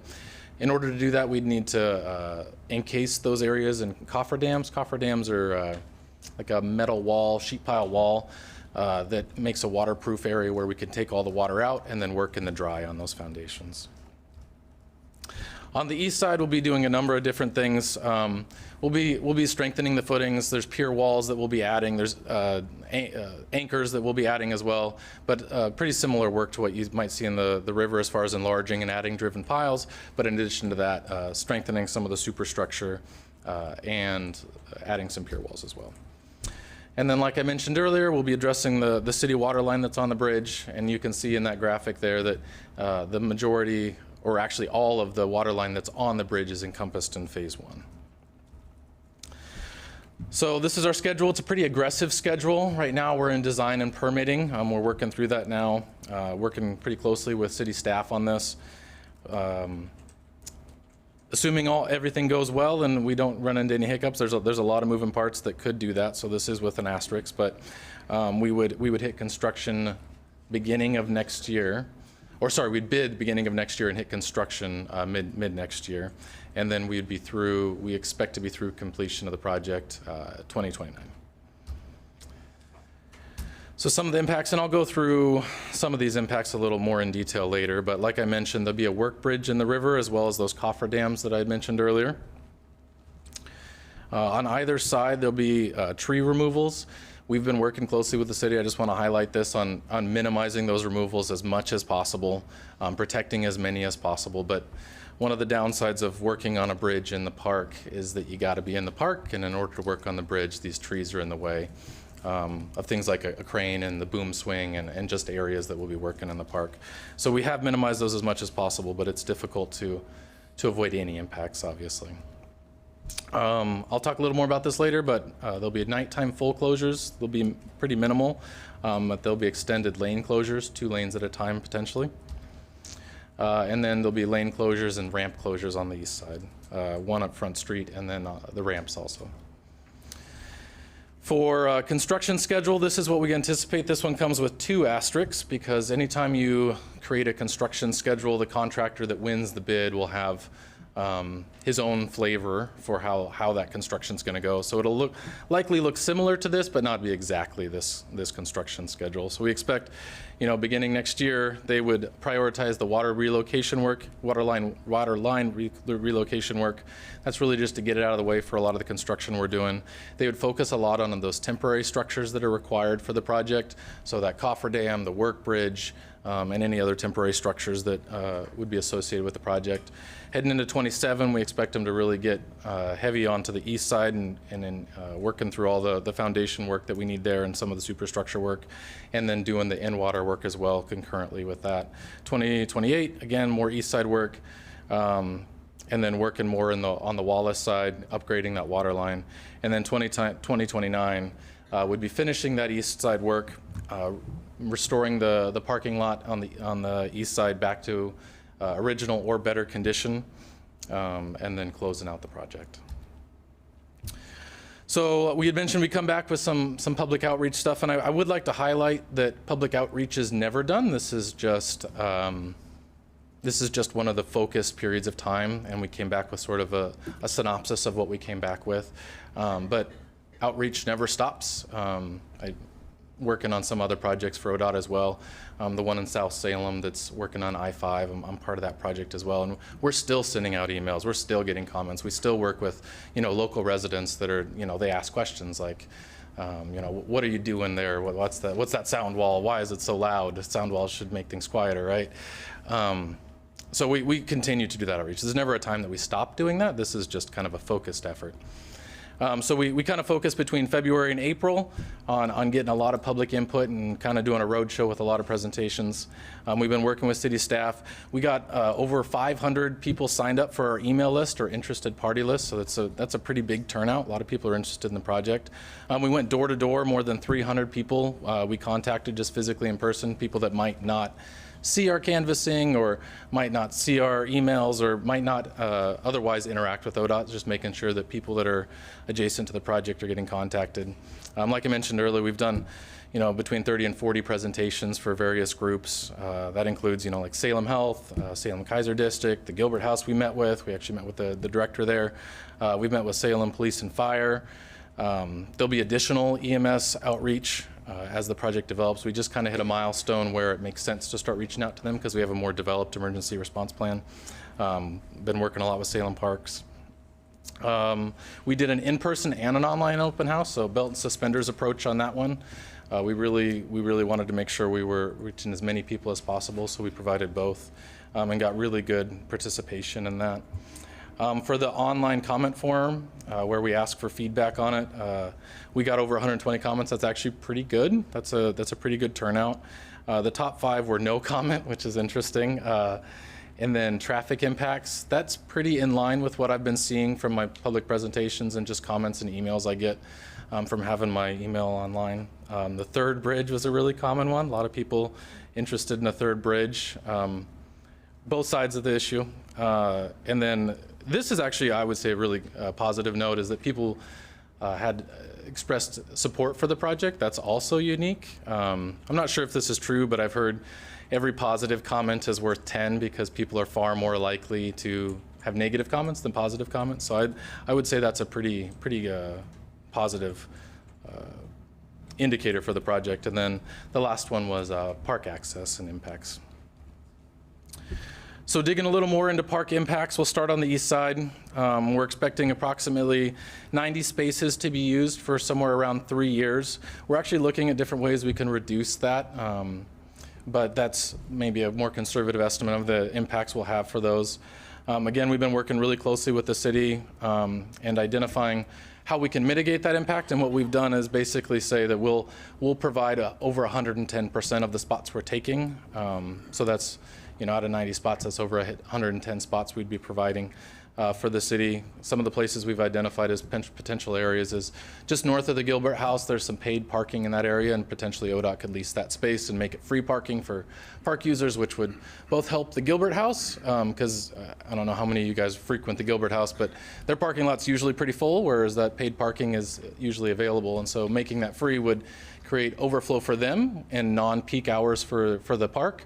But also create extra parking for the park as well. And then potentially Marion Parkade or other areas we've been looking at with the city.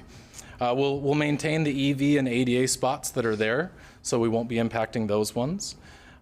We would make sure that the parking lot is as good or better than what is currently there. During some large events like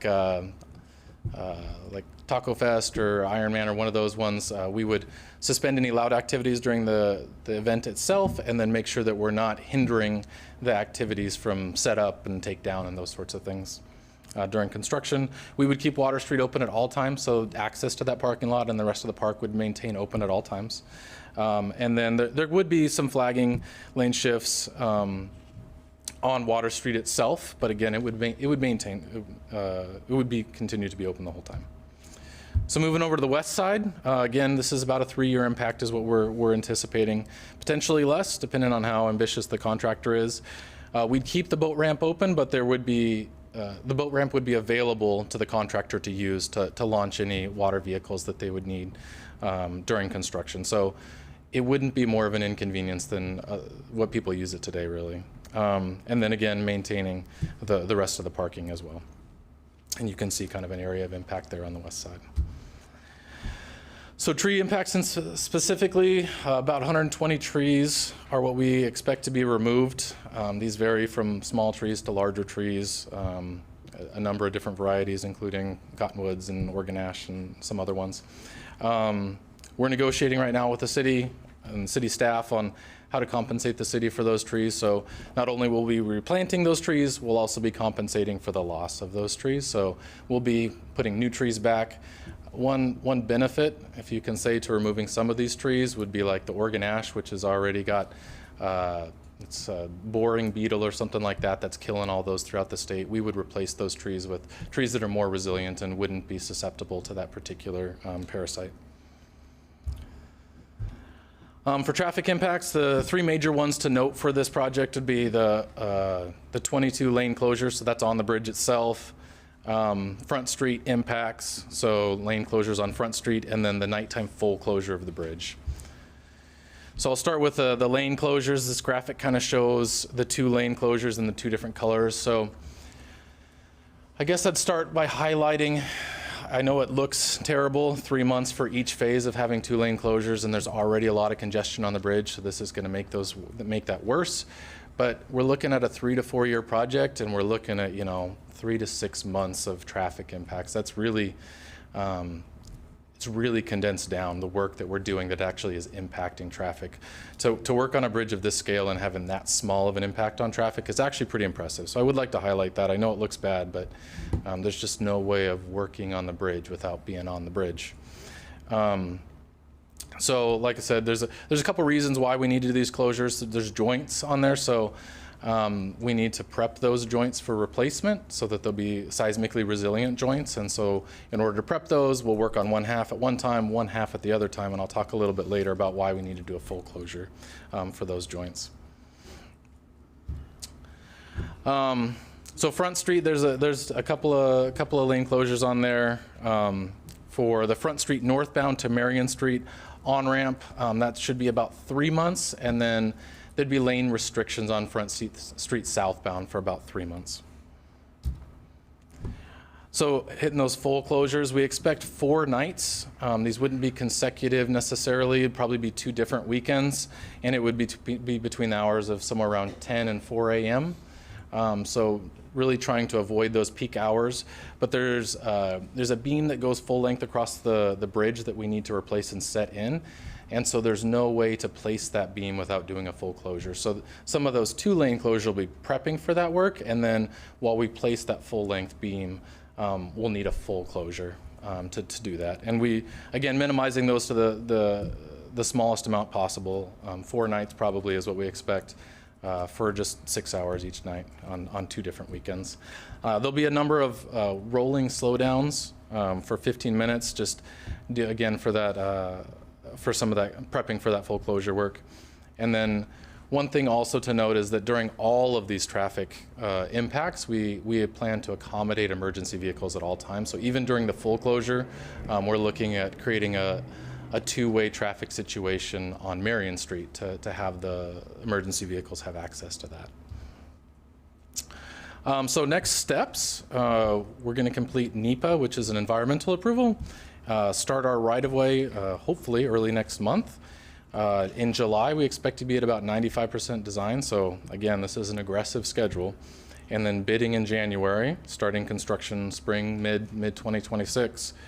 And before, well, I just want to make sure we note that I want to get your guys' feedback on when you'd like us to come back and continue to update you on the project, and then I have time for questions.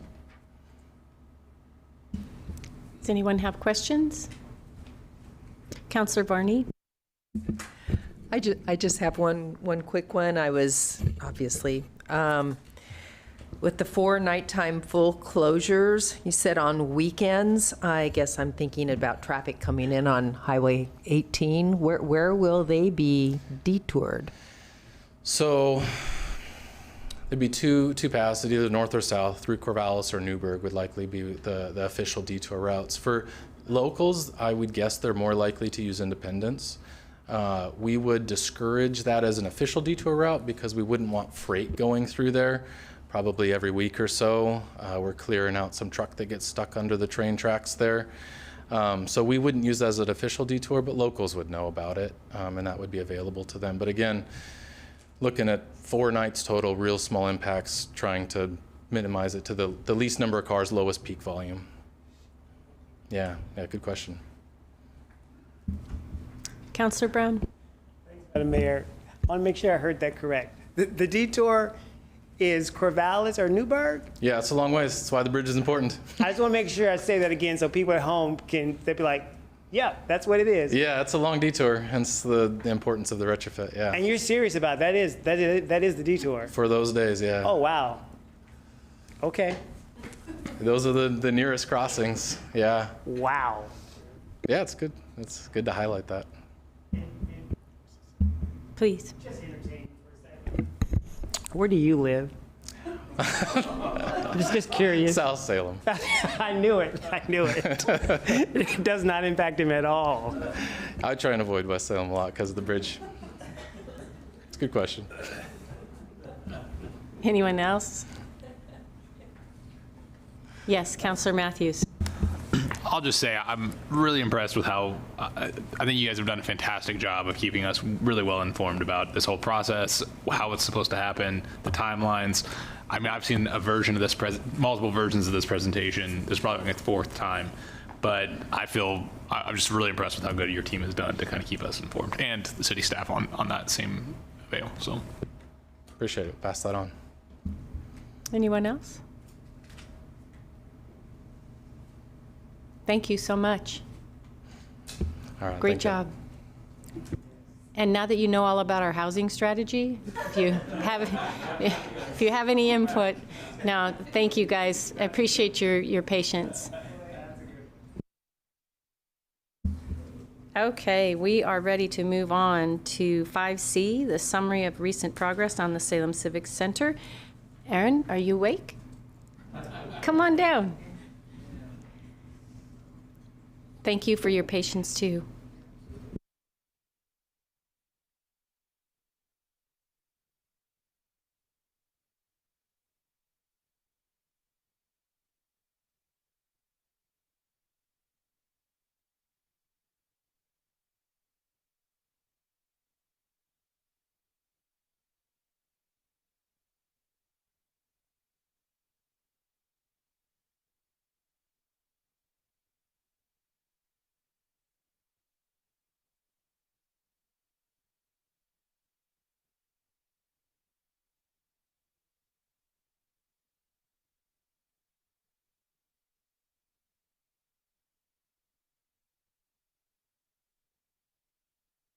Oh, there we go. Is that better? Okay, good evening. Thank you. So my name is Aaron Kimsey. I'm a project manager with the City of Salem, actually assistant city engineer. And I'm here tonight to present on the Salem Civic Center project and the progress that we've made so far. We're getting really close to going to construction, and it's been a while since we've been to share the project and where we're heading. So really, I wanted to provide kind of a background on a lot of the decisions that have been made and how we got there, given the funding that we have. All right, so before the project even started, we set some, we had a pre-design report that identified our project goals, and they're identified here. The first being providing a resilient and safe building. The main focus is to improve the building so we have seismic resiliency, and then also including with that our building system improvements and upgrades. Our priority 2 is to try to provide a more welcoming and inviting and accessible civic center. So we're trying to achieve some of those goals as well. And our last goal is to provide a 21st century workspace. And really that is to bring the building kind of up to a more current standard, not only for our staff, but also for the public that visits the space. And so we've got a lot of silos, a lot of folks that come here don't really know where they're supposed to go. And so part of that goal too is to provide that space where people can come and kind of know where they need to be and where they can be where they can get service. Excuse me. Sorry, I don't know what that was. Again, the goal is that we can provide as many of these principles as possible with the funding that we have. So this is just a graphical representation or a visual for to give you a better idea of the funding that we have. And you can see from this that the majority of the project's funding is kind of going towards that goal 1 priority, the seismic structure, the building systems, and the accessibility upgrades. And that small wedge at the top there is the funding that we're using to try to achieve goal 2 and goal 3. So not a lot, which is why we've been making we've had a lot of difficult conversations about how we're going to achieve these goals. And trying to prioritize that list so that at the end we can kind of get what we're trying to achieve here. This slide here is essentially a little more breakdown of that previous slide. So again, what is in the project for the exterior is the seismic upgrades. So we're going to be achieving that by using shear walls. We're going to be doing some improvements to the atrium skylight right outside our space here, and then the accessibility upgrades that I mentioned. And then similarly on the interior, we've got a lot of building system upgrades, fire sprinkler systems, ductwork, and then the interior spaces. As you can imagine, with construction in the space, we're going to need to do a refresh with some paint and carpet. And then we're going to be improving the restrooms. Not all of the restrooms are getting improved, just the ones that need ADA accessibility upgrades. So I'll go to a little more detail on what those improvements include and kind of how we got to including them with the project. So again, goal 1 is resilient, safe, and sustainable. This is a picture of, on the left-hand side is a picture of the existing ductwork and piping that's within the building. This is, as a reminder, this building was constructed in 1972. And a lot of the systems that are above the ceiling tiles are original building systems. And so that just kind of shows the importance of what we're trying to do here. The other thing that's important to note is that in order to meet our code requirements, we're having to provide a fire sprinkler system throughout the entire building, which is not currently in the spaces.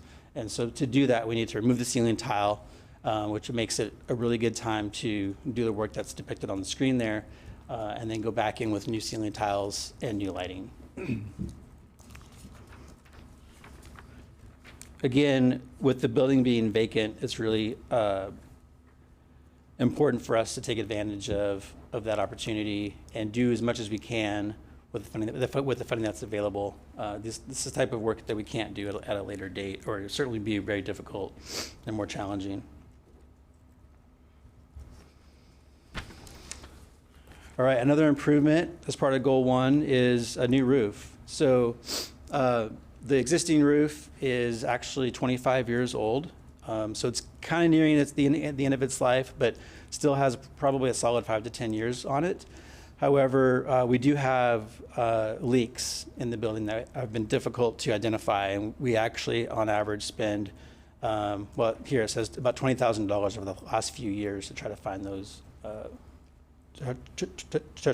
leaks. So it was decided to install a new roof, which actually provides about $90,000 over the next 5 years. So we get that savings from our space cooling and our space heating and our HVAC systems. So, and again, if we waited, the roof would be more expensive at a later date. So we made that a priority to include. All right, so this, again, as I said, this building was built in 1972, which was before this area had an understanding of seismic risks in the region. And so it's not built to any kind of seismic standard that's in today's standards. So it's a big, as you can imagine, it's a big, heavy building, and it's actually acts as 3 separate buildings, 4 if you count the chambers. And so in an earthquake, it would essentially shake and bang against each other in that quake. And so what this project will do is join the three buildings together into one using shear walls and collector plates. And then this would be the 4th building here. So similar to the library project, we're going to achieve that by constructing shear walls, as I mentioned before. And this is a kind of a rendering of what that looks like. And on the upper right is an actual picture of what it looked like when we improved the library. This is just a really effective way to create the seismic strength that we need. And it's also constructability-wise, it's really effective and one of the least expensive ways to do a building improvement like this. All right, this just shows the shear wall locations that we're planning for. So as you can see, they're all exterior locations. Actually, in the library, we had a couple interior locations. So this actually going to be a little easier to construct from that perspective, but still pretty complicated work. And then I'd be remiss to not mention the parking lot, which is actually tied in. This building is tied into that parking lot that's below us, and so the shear walls are depicted there, and so that will be the strengthening for this space here. All right, and I mentioned the skylight, or the atrium. Again, it's not seismically sound in any way. The existing windows or tiles are yellowed and they're brittle, and if there was an earthquake, they would fall and shatter to the ground. And it's if you walked through here during the wintertime, it's also pretty leaky. So we're going to address that as well. So here we go. This is a rendering of the space.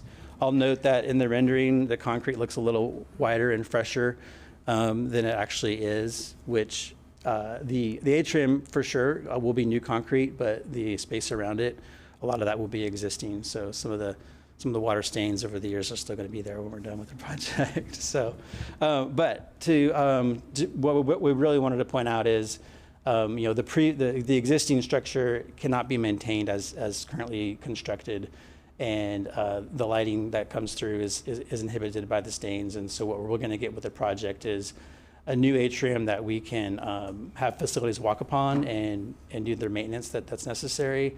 And we're going to get a lot better lighting that comes through. Of course, it'll be seismically sound as well. So, and I just want to make a point of clarification, because this does get asked every once in a while. This seismic work that we're doing is basically a safety risk where people can exit the building, but it doesn't mean that it necessarily would be safe for people to come back. So we would need to do an inspection and make sure it's safe. So not quite the same standard as like a police station or a fire station. All right, so here we are. This picture is a rendering of the new re-envisioned or reimagined council chambers.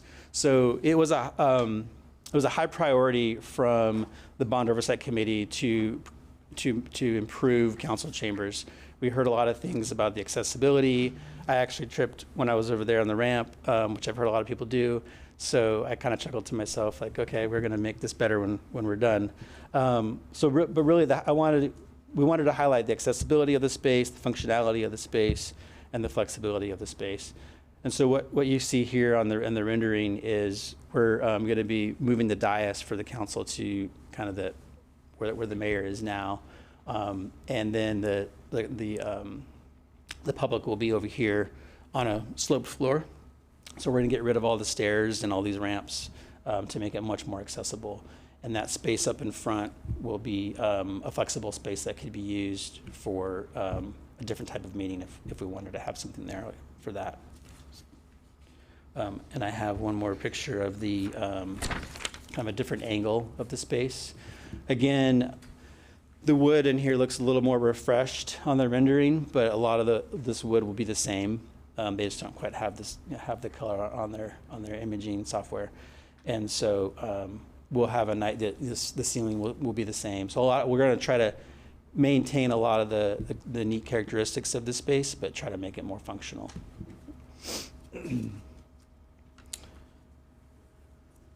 And so again, I kind of wanted to mention that, we've made a lot of decisions on this project to try to prioritize what we could include with the fixed amount of money that we have for this project.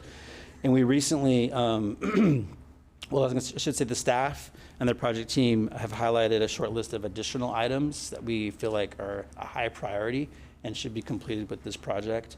And so we recently received support from the Bond Oversight Committee to come to council for a formal ask in June, and we'll present what those items are and the amount of money that we're hoping to get from you guys for those improvements.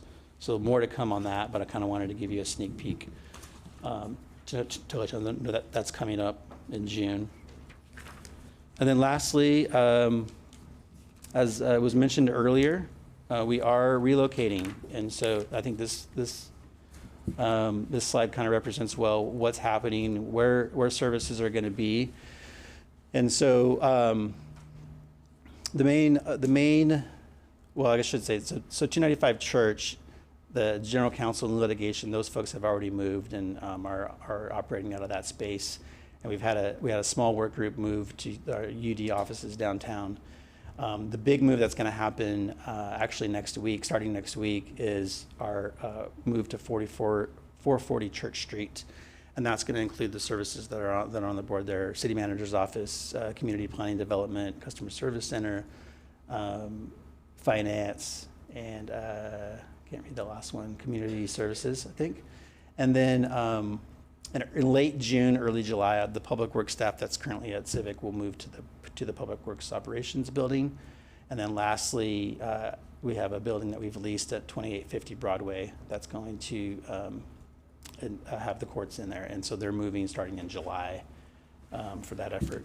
So, and then also lastly, as was mentioned earlier, I don't have it on the board here, but the council will be meeting at LAUC starting June 9th. So that's all I have for this evening. Do you have any questions? Councillor Gwynn. I was just curious if asbestos is a concern at all, since the property was built in the 70s? Yes, it is a concern.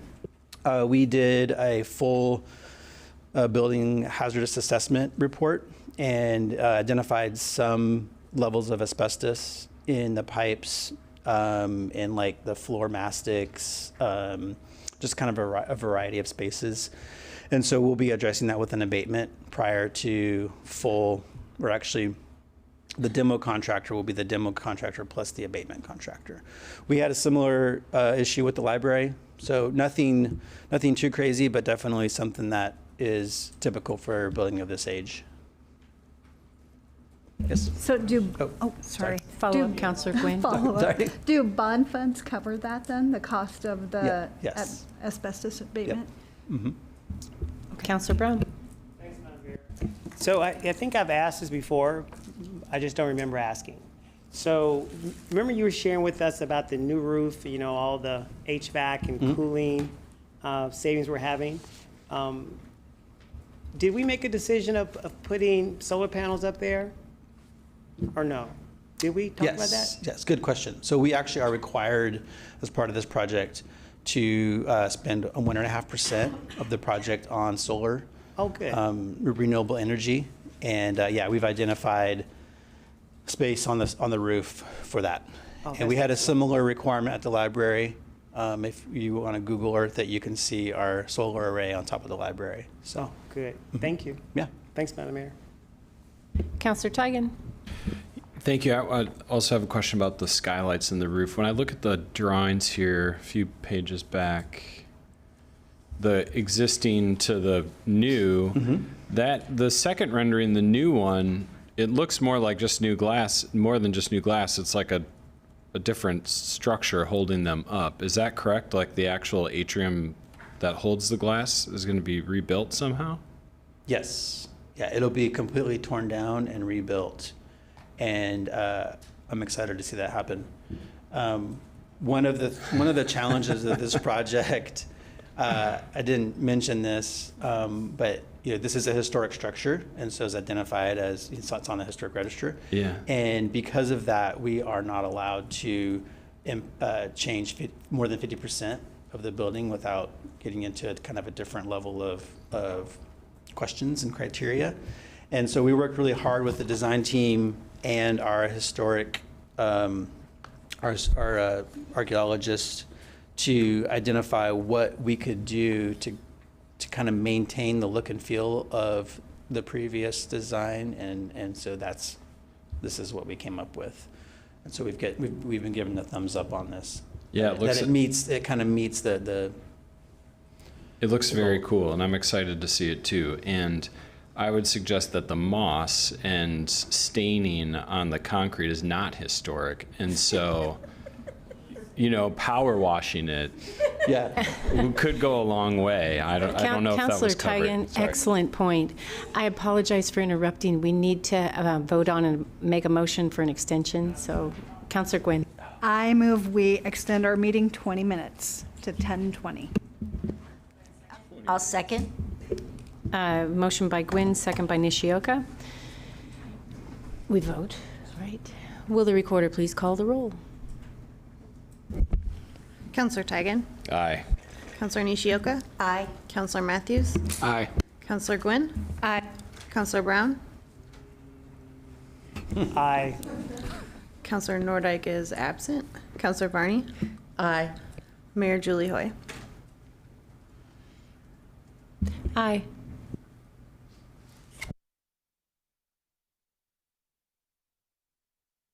Anything further for Aaron? Yes, Councilor Brown. Thanks, Madam Mayor. So I think I know the answer to this, but for the folks who are watching at home, so that's why I do what I do, is for the folks watching back home. So the total bond funding was $39,450,000, and then the additional city funding is $3 million. Can you walk us through that, or Mr. CFO walk us through, like, if somebody at home sees that, they're like, okay, why are we paying extra? We identified pretty early on that the $39,450 that we had identified in this project was not going to be enough to do the improvements that we wanted to complete. And so we looked at ways to try to provide additional funding for the project. And so what we looked at doing is the Public Works is actually, the Public Works Utility Fund is, let me back up. So we have different groups in the building that are going to be utilizing the space. And so those groups that have funding to help build the project, and then they're going to be able to be in the new improved space. We assigned a value or a square footage of usage for those individual groups, and then are essentially, charging them, if you will, for those improvements. And so the three groups were the Public Works Utilities, Public Works Transportation, and then Building and Safety. So those three groups are helping fund these improvements. Mm-hmm. Councilor Gwynn. So my question on the very last slide talks about our move update. So my question is, there's a lot of moving happening. And did bond funds pay for the move? And was that taken into consideration? And if not, is that general fund expense? And if it is general fund expense, can you tell me approximately how much? Yes, so we are not allowed to use bond funds for relocation or tenant improvements to where we're relocating or any of the move costs, lease costs, anything like that. And we knew that ahead of this project because it's been the same for library and police, and I guess it's those two. And so what we did is we put together a budget for what that move would be. Right now it's sitting around $2.2 million, which again includes leasing both spaces for 20 months, the relocation, the moving costs there and back, and then the tenant improvements that we had to make at both locations. And so for this effort, it is general fund, but on this project, bear with me. So we made improvements to the customer service center downstairs, and that project was originally funded with general fund dollars. The police station bond had language that said that if there was any savings left over, we could use it at the Civic Center. And so when that project was completed, we did identify some savings. And so we took that money and essentially reimbursed the money that was spent for the customer service center, and then reallocated that general fund money that had already been spent on the customer service center to fund the move. So it was a little bit of a shell game on the money, but that's how it was done. If that makes sense. Councillor Quinn? So follow up, do you recall how much of the shell game, like what that savings was from customer service that then? I'm going from memory. I believe the customer service center was around $1.3 million. So roughly, a little over half of, or about half of what we have. If I may, so the total, we have just over $2 million for the relocation. So we still have a slight gap. So we're really hoping through this move and the move back that we're able to realize some savings on one of those ends, and we're pressuring Aaron to get there. We'll see if it happens. So in addition to the CSC dollars in that reallocation, there were some other infrastructure dollars that were allocated from the general fund that we reallocated back to this relocation, and the bond funds are being used to fix those infrastructure pieces. So just want to be really clear, it's not just that CSC piece. And I'll just add too that what we've currently budgeted is 20 months for our relocation. Our contractor is still showing a schedule that's going to be complete in 18 months. So there's 2 months each location that could provide some savings. So. Anything further? Thank you very much, Aaron. Great job. Okay, we are moving on to information reports. And if no one has any questions, I'm going to go ahead and just lump them all together rather than read the titles. Does anyone have any questions on any of the information reports? Okay. Then, so items A, 6A, B, C, D, and E have been reported. And now we'll move. Councillor Nishioka. I'm just curious, are we required to read them, or we can just say all are okay? The city attorney said we are okay. That's all I needed to hear. All right, then we are moving on to ordinances. I think that's back to me now. Yes, ma'am. Thank you. All right. Yes. Before we start in on this first one with the floodplain development permit, I'm going to announce a actual conflict of interest as I own property in the city within the floodplain of Mill Creek, and I'll recuse myself from consideration. Thank you. Advance Ordinance Bill No. 6-25, amending Salem Revised Code, SRC, updating Chapter 220, Site Plan Review, Chapter 300, Procedures for Land Use Applications and Legislative Land Use Proposals, and Chapter 601, Floodplain Overlay Zones to address floodplain development permit requirements within the City of Salem to second reading for enactment. And we will now need the first reading. Yes, 7.1A is Ordinance Bill 6-25, an ordinance relating to floodplain development permits amending SRC 220.005. SRC 300.100, SRC 300.850, SRC 601.005, SRC 601.040, SRC 601.045, SRC 601.050, SRC 601.075, and creating new provisions, SRC 601.100. Thank you, Ms. Gangelhoff. That's what happens when it gets late. Sorry about that. Okay, will the recorder please call the roll? Councilor Nishioka, can you restate your motion, please?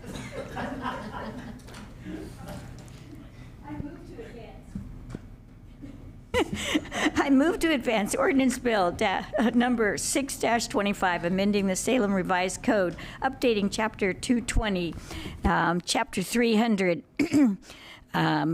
and Chapter 601 to address floodplain development permit requirements within the City of Salem to second reading for enactment. Do I have a second? Second. Second by Gwynn. Any discussion? Councillor Varney.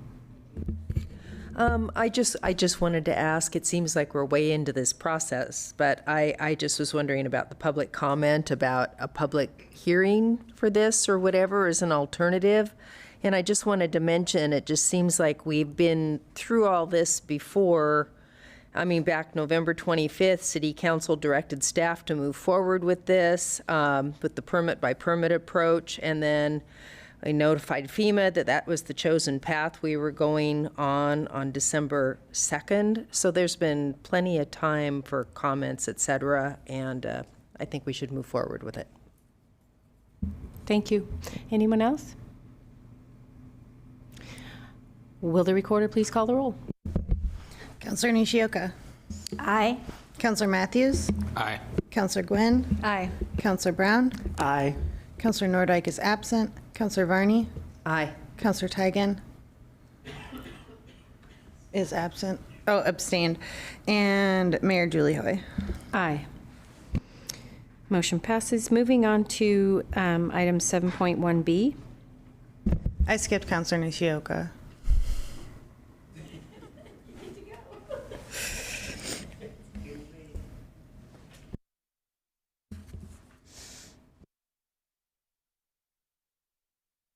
Right. The city recorder would read it first, then you'll make a motion. 7.1B is Ordinance Bill 7-25, an ordinance relating to right-of-way dedications, amending SRC 200.050 and SRC 803.060. Councilor, your motion? Yes. I move to conduct first reading of Ordinance Bill number 7-25, amending Salem. Are we not doing first reading? My apologies, Councilor. The recommendation is incorrect. We were advancing this to second reading. Thank you. So I just say, I'll move to second reading Ordinance Bill 7-2025, amending Salem's Revised Code Chapters 200, Urban Growth Management, and 803, Street and Right-of-Way Improvements to address right-of-way dedications within the City of Salem, and advance to second reading. Second? Does anyone have a second? Second. Second by Matthews. Any discussion? Will the recorder please call the roll? Councilor Matthews. Aye. Councilor Gwynn. Aye. Councilor Brown. Aye. Councilor Nordike is absent. Councilor Varney. Aye. Councilor Tigan. Aye. Councilor Nishioka. Aye. Mayor Julie Hoy. Aye. Moving on to item 7.1C. Ordinance Bill 8-25, an ordinance relating to paid parking in the downtown parking district, amending sections 102.005, 102.040, 102.045, 102.050, 102.060, 102.065, 102.067, and 102.135. I move to advance Ordinance Bill number 08-25, amending Salem Revised Code Chapter 102, related to time limits for metered on-street parking and proof of payment to second reading for enactment. Second. Second by Gwynn. Any discussion? Yeah, I have a question on this. Councillor Tigan. Thank you.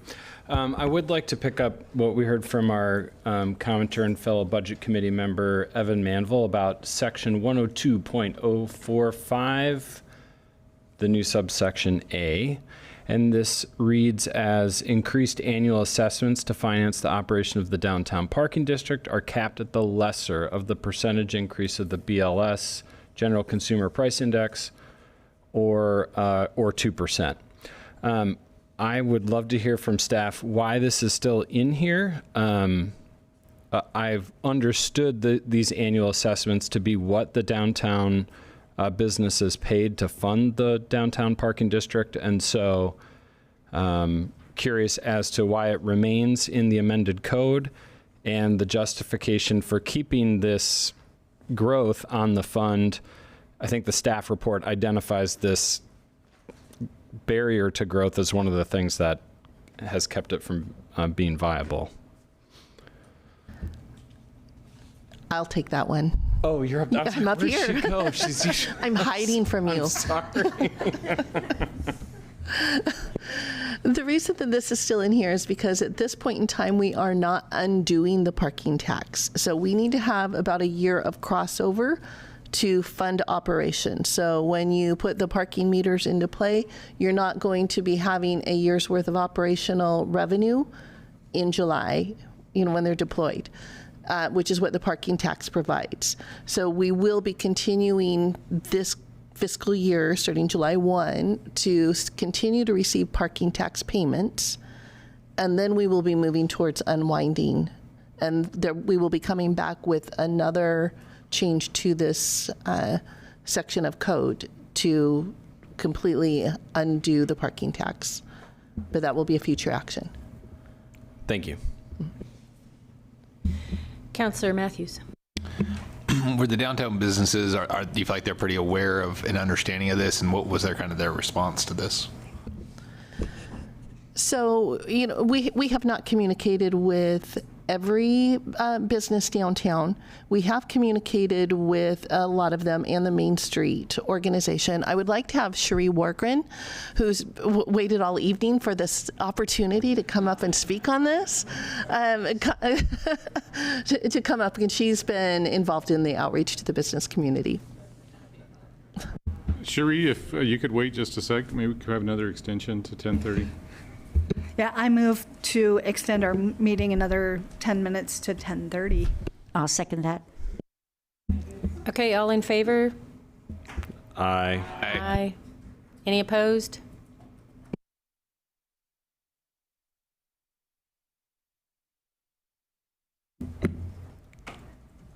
Start again. Good evening, Madam Mayor and Council. Cherie Wargren, and I work in the Community Planning and Development Department for 24 hours more. But anyway, I appreciate the opportunity to speak to parking and in regards to the communication with downtown businesses.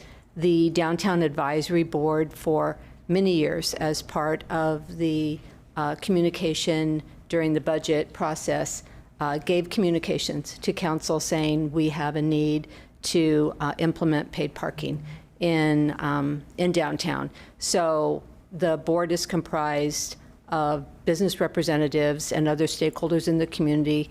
And in addition to that, we more recently have sent out to our downtown MailChimp the information that downtown paid parking is coming. We had a consultant come to Downtown Advisory Board and go through all the financial projections and the revenue projections, and we have a communication strategist who's been working with us to get the messaging out. We've went to the neighborhood chair meeting and shared with all of them. We thought that'd be more efficient than trying to go to every one of the chair meetings. The distribution list for the Downtown Advisory Board meetings is extensive, including the chamber, and I personally have sent the communications and the little flyers to Eva Porez at the chamber because I want to make sure that they know. I've also personally sent any kind of communication to the property owners that have residents, because a lot of the residents park on street now because they are not prohibited like the employees are. So when I get here at 5 in the morning, there's probably 120 cars parked on the street, and they're the residents that, you know, we love having the housing options, but at the same time, the removal of having to have on-site parking has pushed everybody on the street.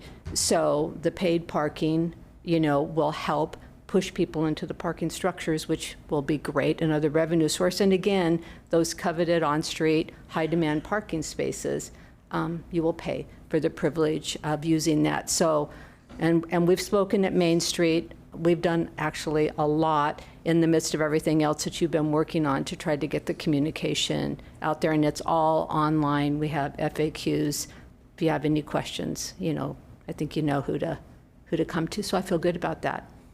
It's going to be really good for downtown. I'm sorry I'm not going to be here when all the pay stations go out there, but I think you will be really happy at the end of the day with the efficiency, better management of the parking resources, the revenue that should be projected for, so we can pay for things that we haven't paid for.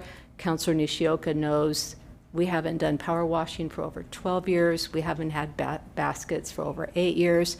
There's a lot of stuff that we had to take away from downtown, and we still had a zero budget. Josh, right? Okay. So general fund has been subsidizing downtown, so this will take care of that. Anything else? Councilor Brown. Thanks, Madam Mayor. So follow up, the question was how the outreach went for the business owners. Was that the original question? I'm going to make sure I'm following. Who are you asking? Who asked that question? Because I heard the answer, but I'm trying to make sure the answer was Councilor attached. Matthews, go ahead. I mean, it was part of it, I guess. So there was two pieces for me, I guess. One was how the outreach to the businesses, but also the fact that we're going to continue to collect the parking fee from the businesses for an additional year, while we also collect fee from the actual patrons of these businesses. If that's been well communicated to them and they're well understanding of that and support that they're going to keep paying for an extra year. Okay, so now my question is, with the business owners who park in the garage, do their prices change? If I'm a business off downtown, I'm on. No, each of the parking garages have different fee schedules. Liberty being the most expensive at $78 a month on the roof or covered. So they're all different. So whatever your permit cost is, that will be your permit cost. And residents right now, if you park in the garage, you do need to have a permit. Mm-hmm. Again, so we already have, you need a permit to be in the garage. If you're a resident, you're just not prohibited on street right now if you are a resident. Okay. Which is changing with the SRC revisions. I mean, the sequencing of it is we have to do the SRC changes so that they're in place when the pay stations go in play, because the signage and everything, there's no more return to block prohibition. There's no more prohibition of an employee parking on the street, because if they want to park on the street, we'll take that money. It'll be a lot cheaper for them to be in the garage, but if they want to park on street, yeah, Okay. we'll take that money. Thank you. Thank you. Anything further? All right, thank you. Cherie, thank you for your hard work. Oh, I will miss all of you, but thank you. Yeah, thanks so much for communicating so well with the community. All right. Counselor? Yep. We do need to vote. Will the recorder please call the roll? Councilor Brown? Aye. Councilor Nordyke is absent. Councilor Varney? Aye. Councilor Tigan? Aye. Councilor Nishioka? Aye. Councilor Matthews? Aye. Councilor Gwynn? Aye. Mayor Julie Hoy. Aye. Motion passes. Moving on to item 7.1D. 7.1D is Ordinance Bill 9-25, an ordinance relating to the ambulance service on public streets, amending SRC Section 2.840. I move to advance ordinance bill number 09-25 for the purpose of amending SRC 2.840 related to the transition of city-operated ambulance services on public streets to second reading. Second. Second by Gwen. Any discussion?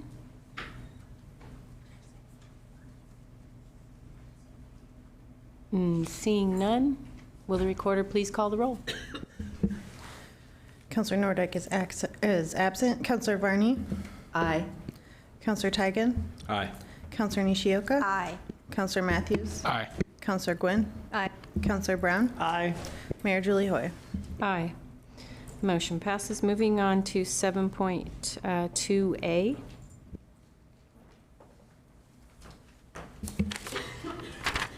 Ordinance Bill number 5-25, an ordinance declaring certain territory located at the 2500 block of Michigan City Lane Northwest and the 3300 block of Levi Street Northwest annexed to the City of Salem, prescribing zoning and withdrawing the territory from the Spring Valley Rural Fire Protection District. Counselor Nordyke is absent. Counselor Varney? Aye. Counselor Tigan? Aye. Counselor Nishioka? Aye. Counselor Matthews? Aye. Counselor Gwynn? Aye. Counselor Brown? Aye. Mayor Julie Hoy. Aye. Motion passes. Moving on to public comment. We have none. We are adjourned.